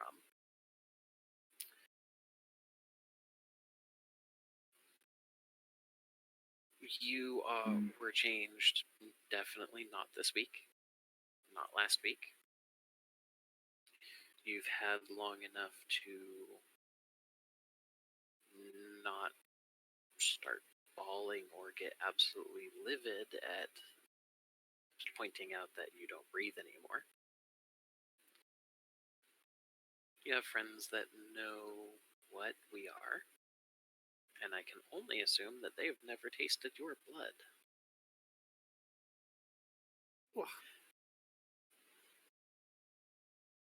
And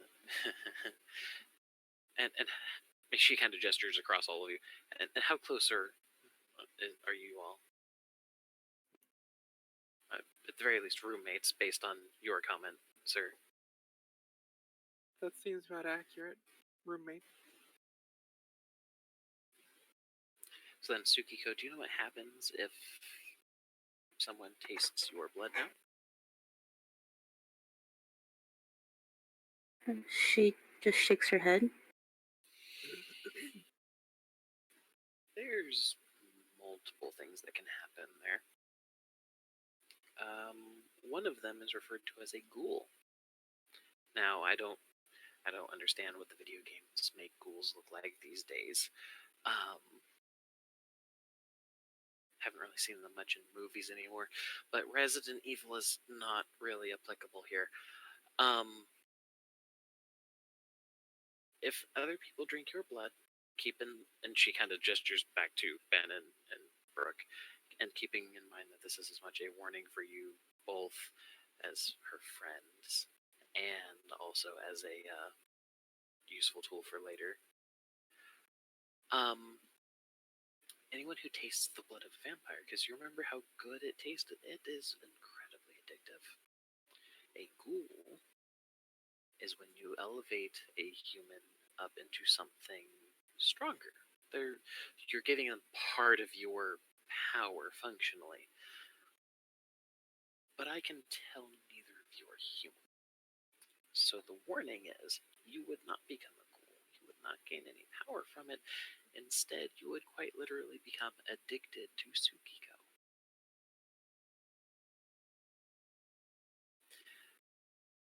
So, I advise not doing that.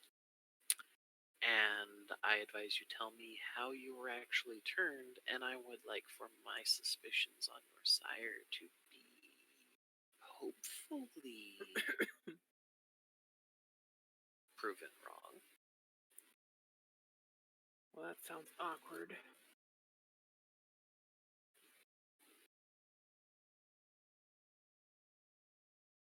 Oh, I'm pretty sure most of this conversation Tsukiko has looks been at- awkward. Especially when you're asking how I felt that night. No, I'm not asking how you felt that night. I'm wanting...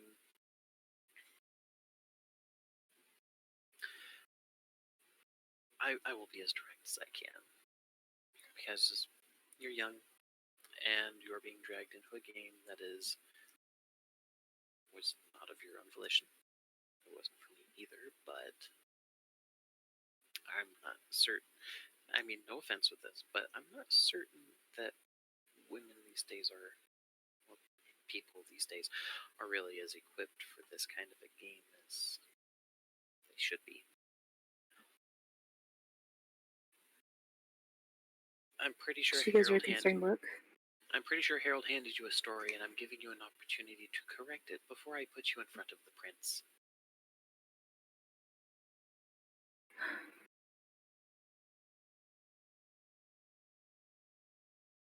Because, and she Suki looks at Ben and Brooke. her wrist that has no watch on it, because the prince was already going to be on his way, and he should be here in about 20 minutes.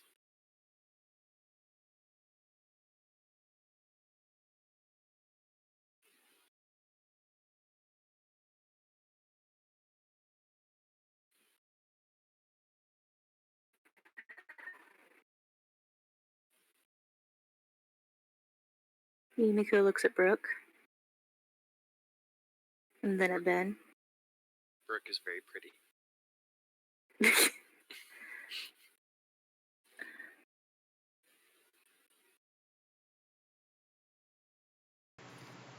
And then Ben shrugs.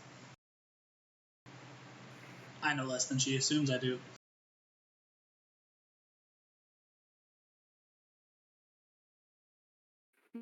she looks at Nayla. Concern still on her face. And they're just kind of looking at you expectantly.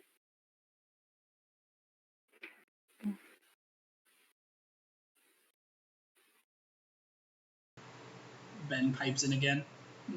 Go with your gut. I have no gut.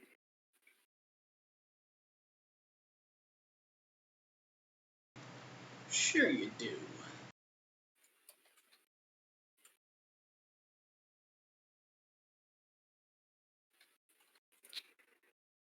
He just means follow your intuition. That or listen to that little voice of self-preservation in the back of your head.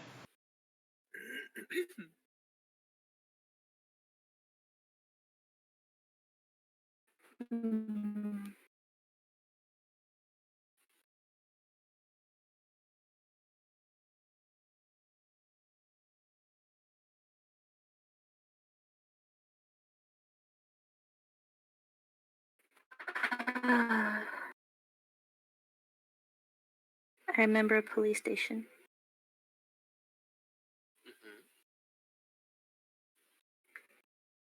I remember someone taking me out of it.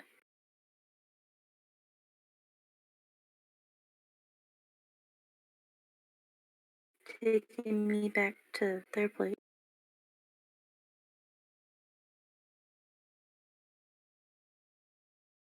Is she cutting out for anyone else? Yes. Okay. A little bit louder. Stupid headset. Sorry. I remember a police station and being taken back to their place.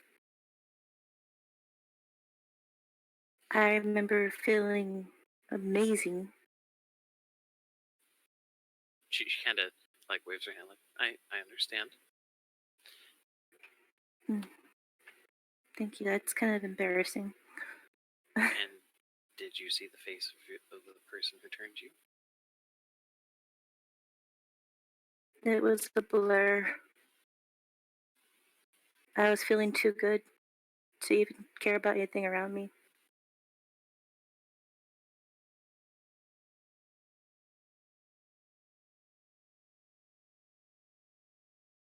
One of the few vivid memories that I still have is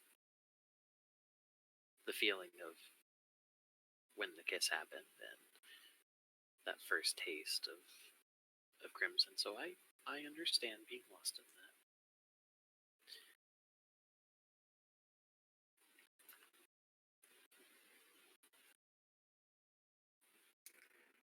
that. And then I woke up alone at night. Roll your subterfuge. God fucking damn it. Well, wasn't she alone? Or am I not remembering that right? No, she woke up in his apartment still, and that's when he answered her questions.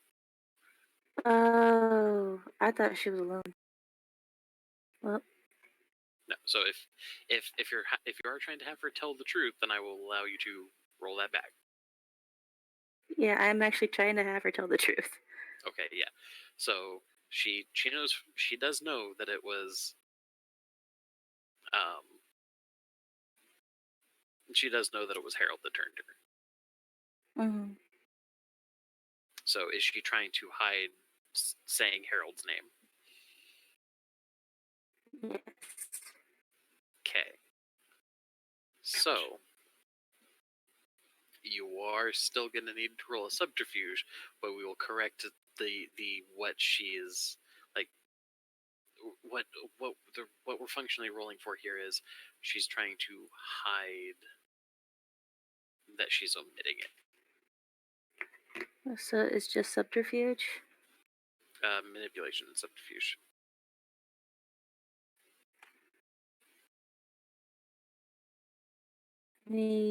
Anything with it before I hit? Are you spending another? Are you going to try and spend a willpower point? Might as I know well. You don't know. I know you don't have much left. Might as well.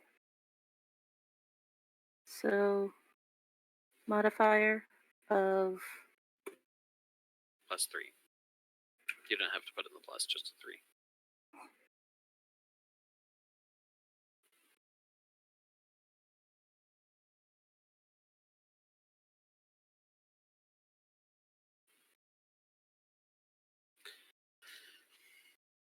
And that so okay. So what is so? Go ahead and continue with what she's saying then, or pretty much is that where you wanted to just kind of have her end it with the whole? She woke up and yeah, pretty much. alone. She's woke up. Okay. Tsukiko.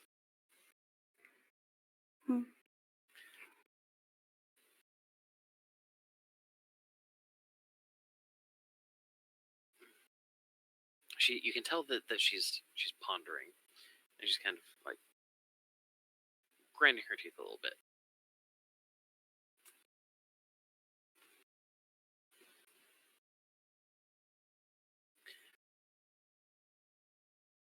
Tell me the truth, or you may not get to see the prince.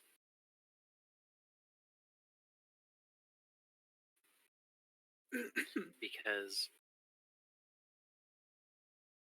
I understand to an extent wanting to protect what you feel like is probably right now your only ally. But I can say with a significant degree of authority that what you say now will only be in my ears and the prince's, because it is honestly in our better interests to see how this plays out. Do not lie to me again. Yumiko girl. nods. Do I make myself clear? She looks down and nods. Yes, ma'am.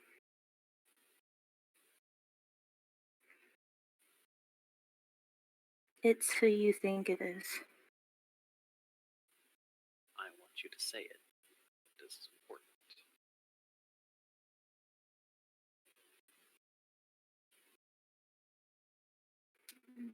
She lifts her head and looks at Harold. And did he say why?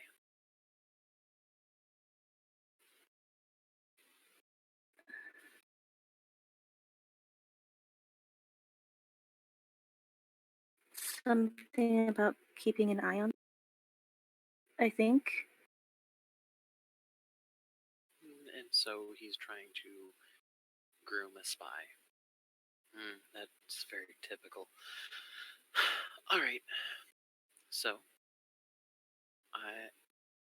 I will put this to you then. I will offer you one simple favor. I will expect you to pay it back. How, we can discuss. I will save you the hassle of. I will save you the stress of meeting with the prince tonight. I will discuss with him what's going on. I will ask him to keep it as confidential as possible, given so long as where you are currently residing and hunting does not lie within Tacoma city limits, Seattle city limits, or the specific townships between the two of them. out of character. You guys live outside of that. Oh, goody, we picked a good place. Hooray! I would like a method of contacting you because, as the Deva Prisus, it is my responsibility, somewhat self-imposed, to know where your stomping grounds are, what area you have tried to claim as your own, so that I can make sure that there's no overlap. Because that is a very fast way for some of our more headstrong clanmates, or even other clans, to get a little bit of a pissing contest. Oh.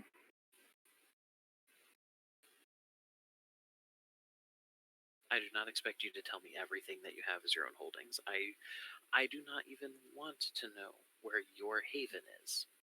I just need to know where you feed, because that is one of the biggest commodities among our societies.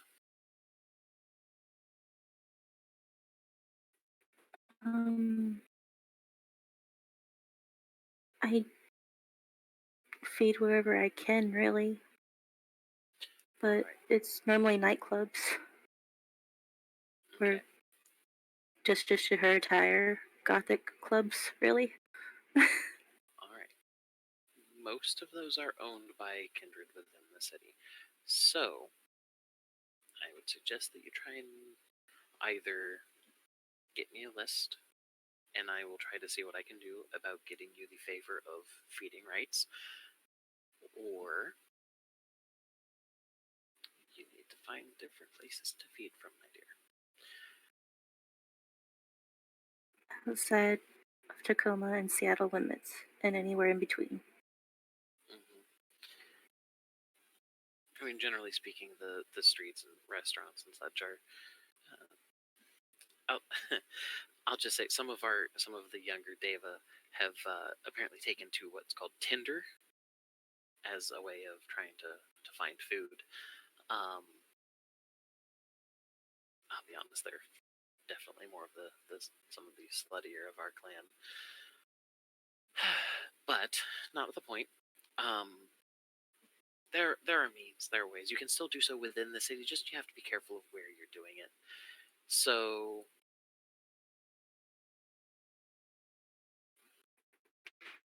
just be aware. I will speak with the prince, because whatever Harold is up to, it's as often something as it isn't. And so I will see what the prince wants to do. I am hoping that this stays a within clan matter, so that it stays within my hands. And in case we do meet again, and also because the prince will ask, whom may I say were and she gestures towards Brooke and Ben, whom may I say was here as your accompaniment? Call me Wendigo. Incredibly on point when surrounded by kindred. And do you miss? Basil. Basil. English?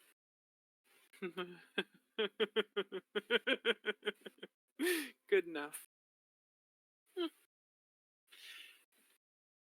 I mean, I haven't always been Nayla Hayes, so far be it from me, but I'm glad that you all have at least some idea of how to protect yourselves, at least a little bit.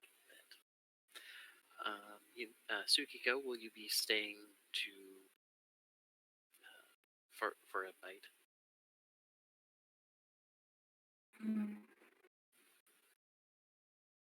She slowly nods her head, if you don't mind. No, by all means, you are welcome.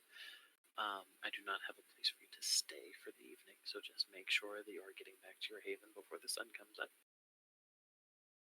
And at this point, she's kind of stepping out of the booth with that whole okay, meeting is done. You should be getting out of my seats, kind of a thing. Okay, we're not talking. Get the fuck out.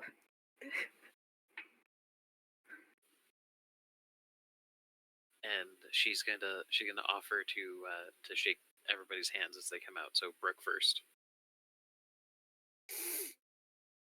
And, so Brooke, are you gonna shake her hand at all?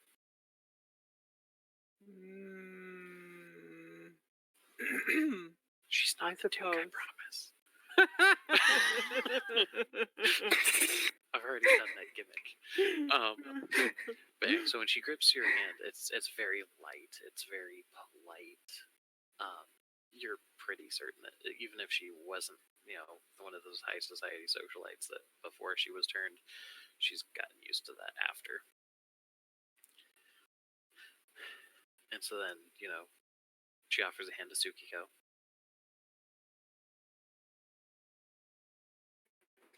Tsukiko takes her and shakes it. She very gently just pulls you into a very light hug, just a little bit of a squeeze, and then as she pulls away from the hug, she rests one of her hands on each of your shoulders and says, "Don't worry. I'll make sure things are smoothed over. You will likely still have to speak with the prince at some point, but it won't have to be tonight. And Okay. if you have questions, know that it is my job within this city to make sure that the Deva clan is as secured and safe as possible."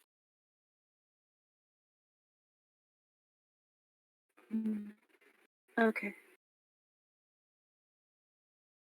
And then she once Ben comes out of the booth, she offers a hand to him as well. Sure, he'll shake it. She kind of looks into your eyes, and you can tell that she's scrutinizing something. And he scrutinizes back. What does my beast tell me? That touching this thing feels wrong. Out of character, her beast is auspexing the shit out of your beast and realizing exactly what you are. Damn it! Stupid second sights. She is a lot older than you guys. Ben, for the first time in perhaps 2 hours or so, I don't know how long this is going on, gives a smile. Oh, you don't know that she's auspexing you. She's just realizing. She just kind of smiles. Well, I hope that you all, is it just the three of you? As roommates, as you put it? There are more. And are they, Special? Sure. I can only assume yes, given how readily you threw that one out there. They are nuttier than a fruitcake.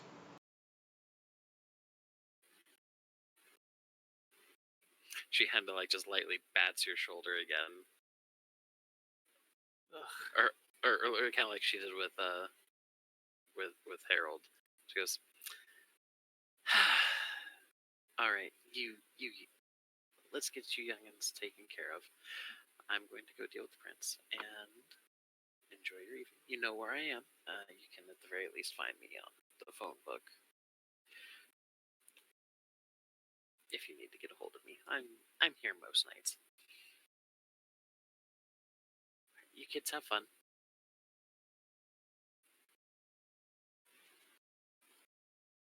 And then she waits for you guys to turn before she's gonna walk off somewhere else. Tsukiko immediately leaves the room. No, so she changed her mind on the whole staying to feed thing. Because this whole club is one big room. She leaves the vicinity of Nayla. Scurries to the far end of the room.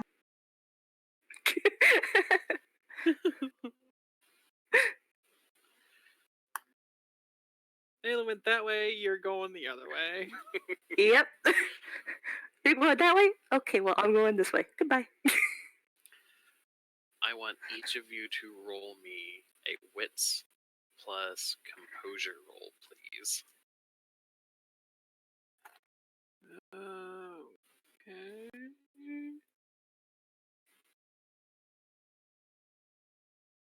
Hooja.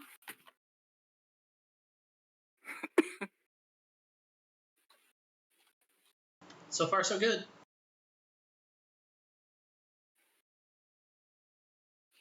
Cool. So as you guys are turning to walk away,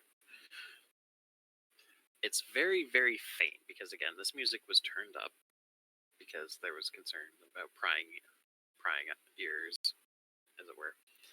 And you guys hear as you're walking away, cute kid.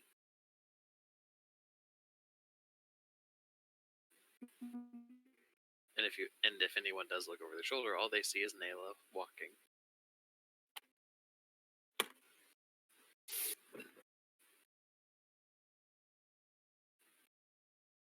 Son of a bitch.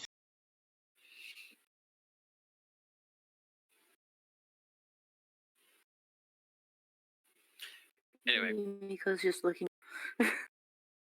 so Yumiko's gonna stay long enough to feed.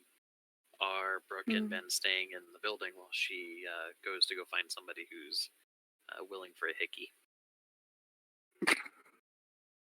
Ben is not letting either of them out of his sight, so, Sure. Yeah. All right. There are a lot of people around, a lot of emotions running wild. Maybe I can grab a little power of my own. Okay. So the way that this ends up going then is that so Yumiko, at any point are you going to be using your Majesty discipline to try and really bring somebody in, or are you just gonna try and kind of do it on your own?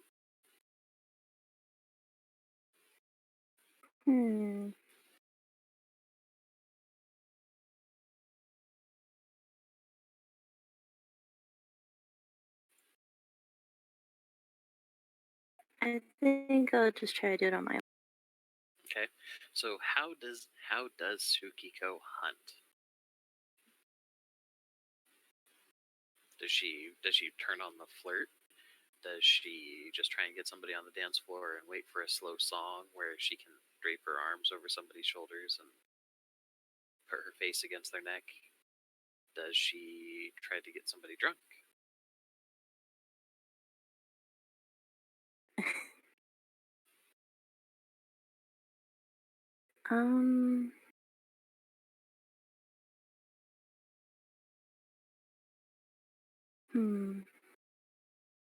Or does she try and get somebody excited for a quickie?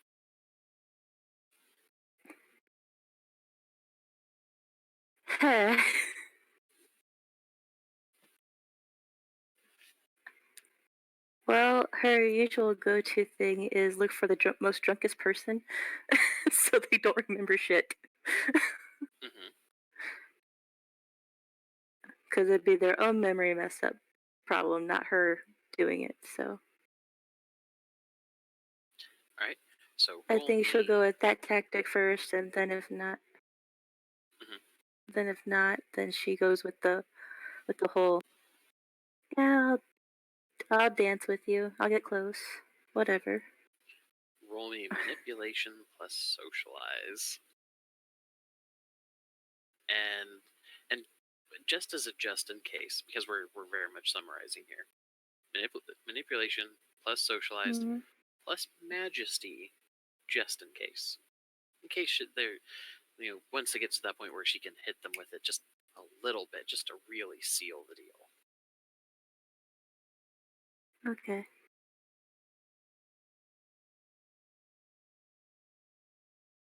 No modifiers? Nope. Okay. Not unless you're spending another willpower. All right. Nope. You do manage to successfully get a hold of somebody. And given that you've only spent one vitae to wake up, you don't need much, just a little bit. Mechanically, that person takes 1 point of lethal damage. But you top off your vitae. You feel sated. You really can't fit any more blood into you at this point.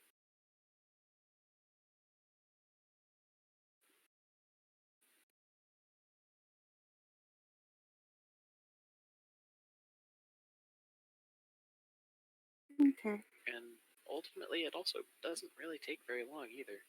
Like Nayla said, this is a place where that kind of attitude is kind of accepted. Frankly, that attitude's kind of nurtured here.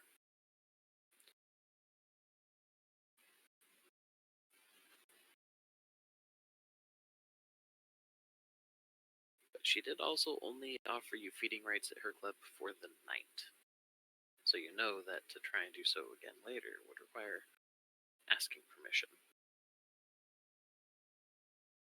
Mm-hmm.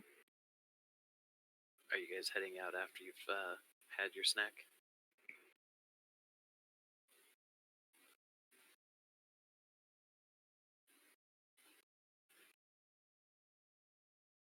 I think the plan is to leave whenever I Yumiko think says she's ready. Yeah.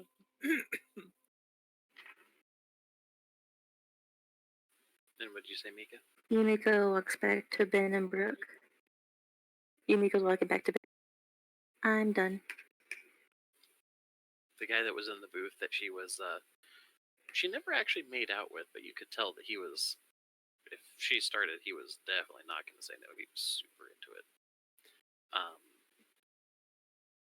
Is currently leaning back with his head against the back of the booth, just breathing real slow, like he just had the best night ever.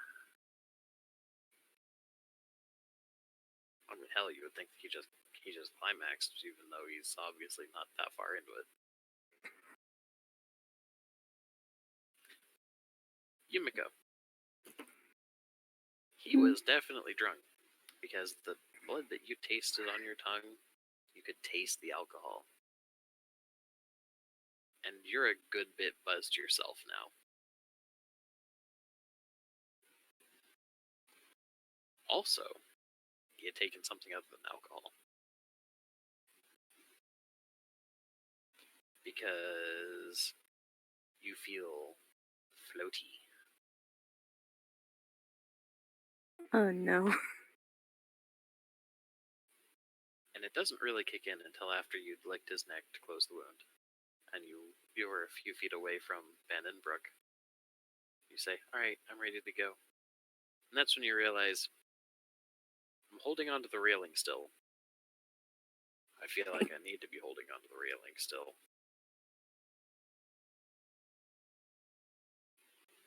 Because I don't know how much experience that she's had with substances before she became a vampire. But this dude was pretty high on some weed. She's never touched this stuff. Okay.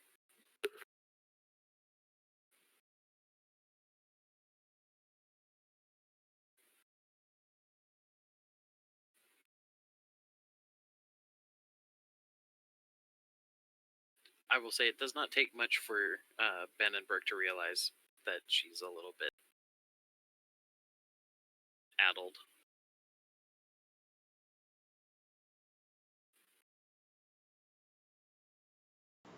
Hey, Basil. Let's get her out of here. Alright, let's go. So we shoulder to shoulder with Yumiko, and we get out of there. As you guys come walking into the parking garage with Yumiko still as she is, you see Harold leaning up against the back bumper of your car. Yeah, so how did it go? Excellent. We're leaving now.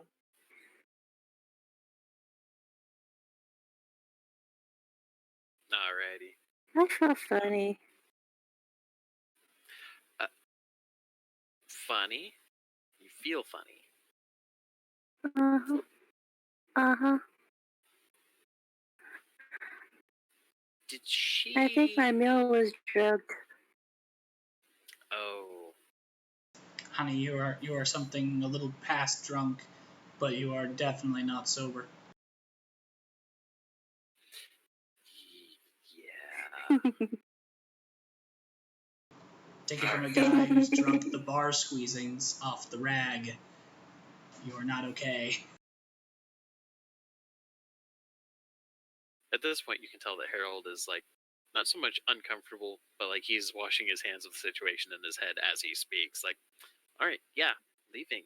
You guys go ahead and get her taken care of. I'm gonna go deal with some things on my end. Good job in there, and you'll be hearing from me soon.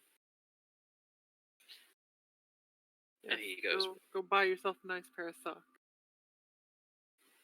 these ones are very fuzzy. It's kind of nice. You can't see them. They're not on my feet. Of course they're not. And he just keeps walking.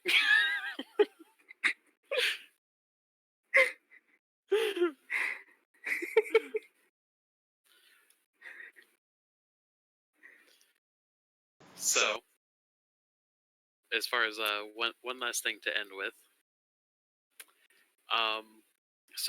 drunk and drug-addled Yumiko, your vice. Brooke is in the car. Brooke, what was that statement that you made earlier about being thankful that you're not into something or another? Yeah. Yumiko, what was the quote you said the other day? Did Brooke get hotter?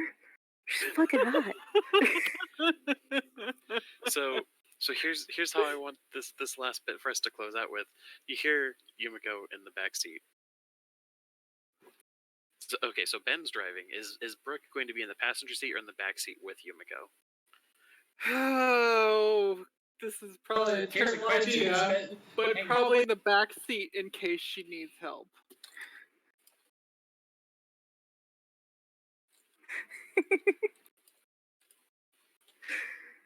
Give me a moment. I need to figure out if the 1970s Chevelle even has a back seat. It might just be one big bench on the front seat.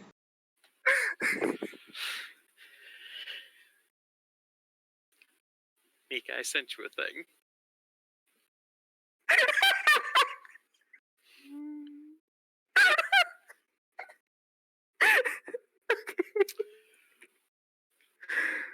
You have 2 willpower points. You could bring yourself to not do it.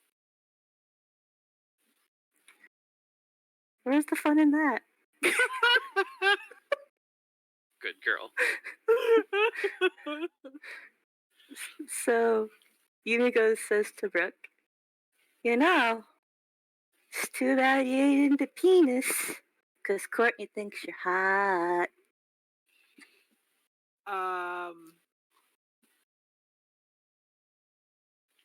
There is in fact a back seat.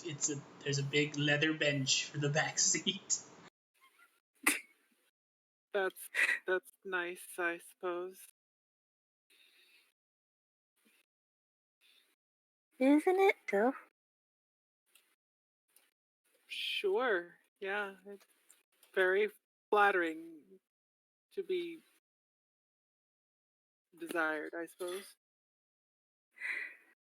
I'd ship you harder than the Titanic.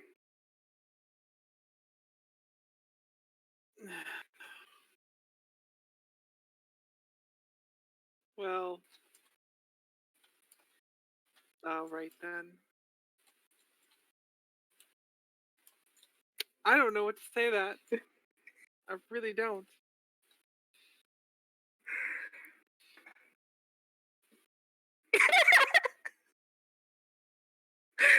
Oh, I'm so sorry.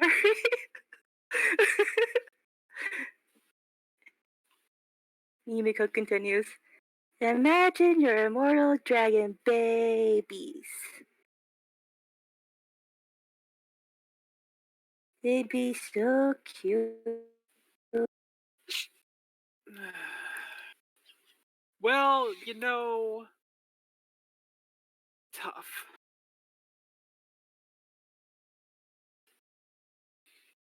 And how's Ben reacting to overhearing this conversation in the backseat? Trying really hard not to laugh. You can tell from the way he's casting like half his face with his hair, so you can only see half of it. But the corner of his mouth keeps scrunching up, like he's like about to bust out laughing, and then pushes it very far down. I'm rolling your composure, my good sir. Because Brooke has a gun.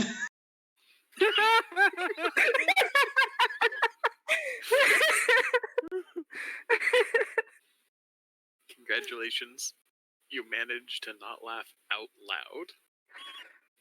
Laughing so hard on the inside. Brooke, Yeah. who feeds on emotions. You And may doesn't know. You may top off your glamour with mirth. Oh, damn it, Ben. Did she say that out loud? Yeah. Saying nothing. Doing nothing.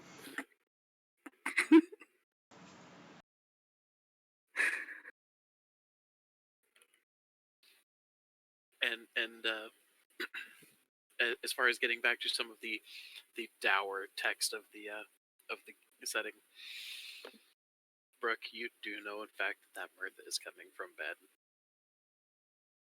Because since you came back, you have never felt anything coming out of Yumiko. Because she is dead, and none of her emotions are really genuine. They're all imitations. And you've never been able to feed off of her. Ben, I can feel it pouring off of you in waves.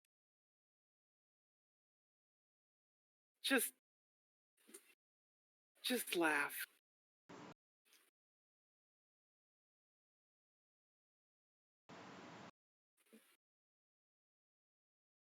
And so Ben laughs. I ship you harder than a Titanic.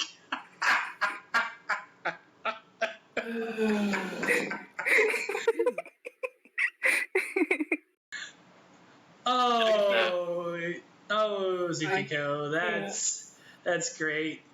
That's an odd couple made in hell.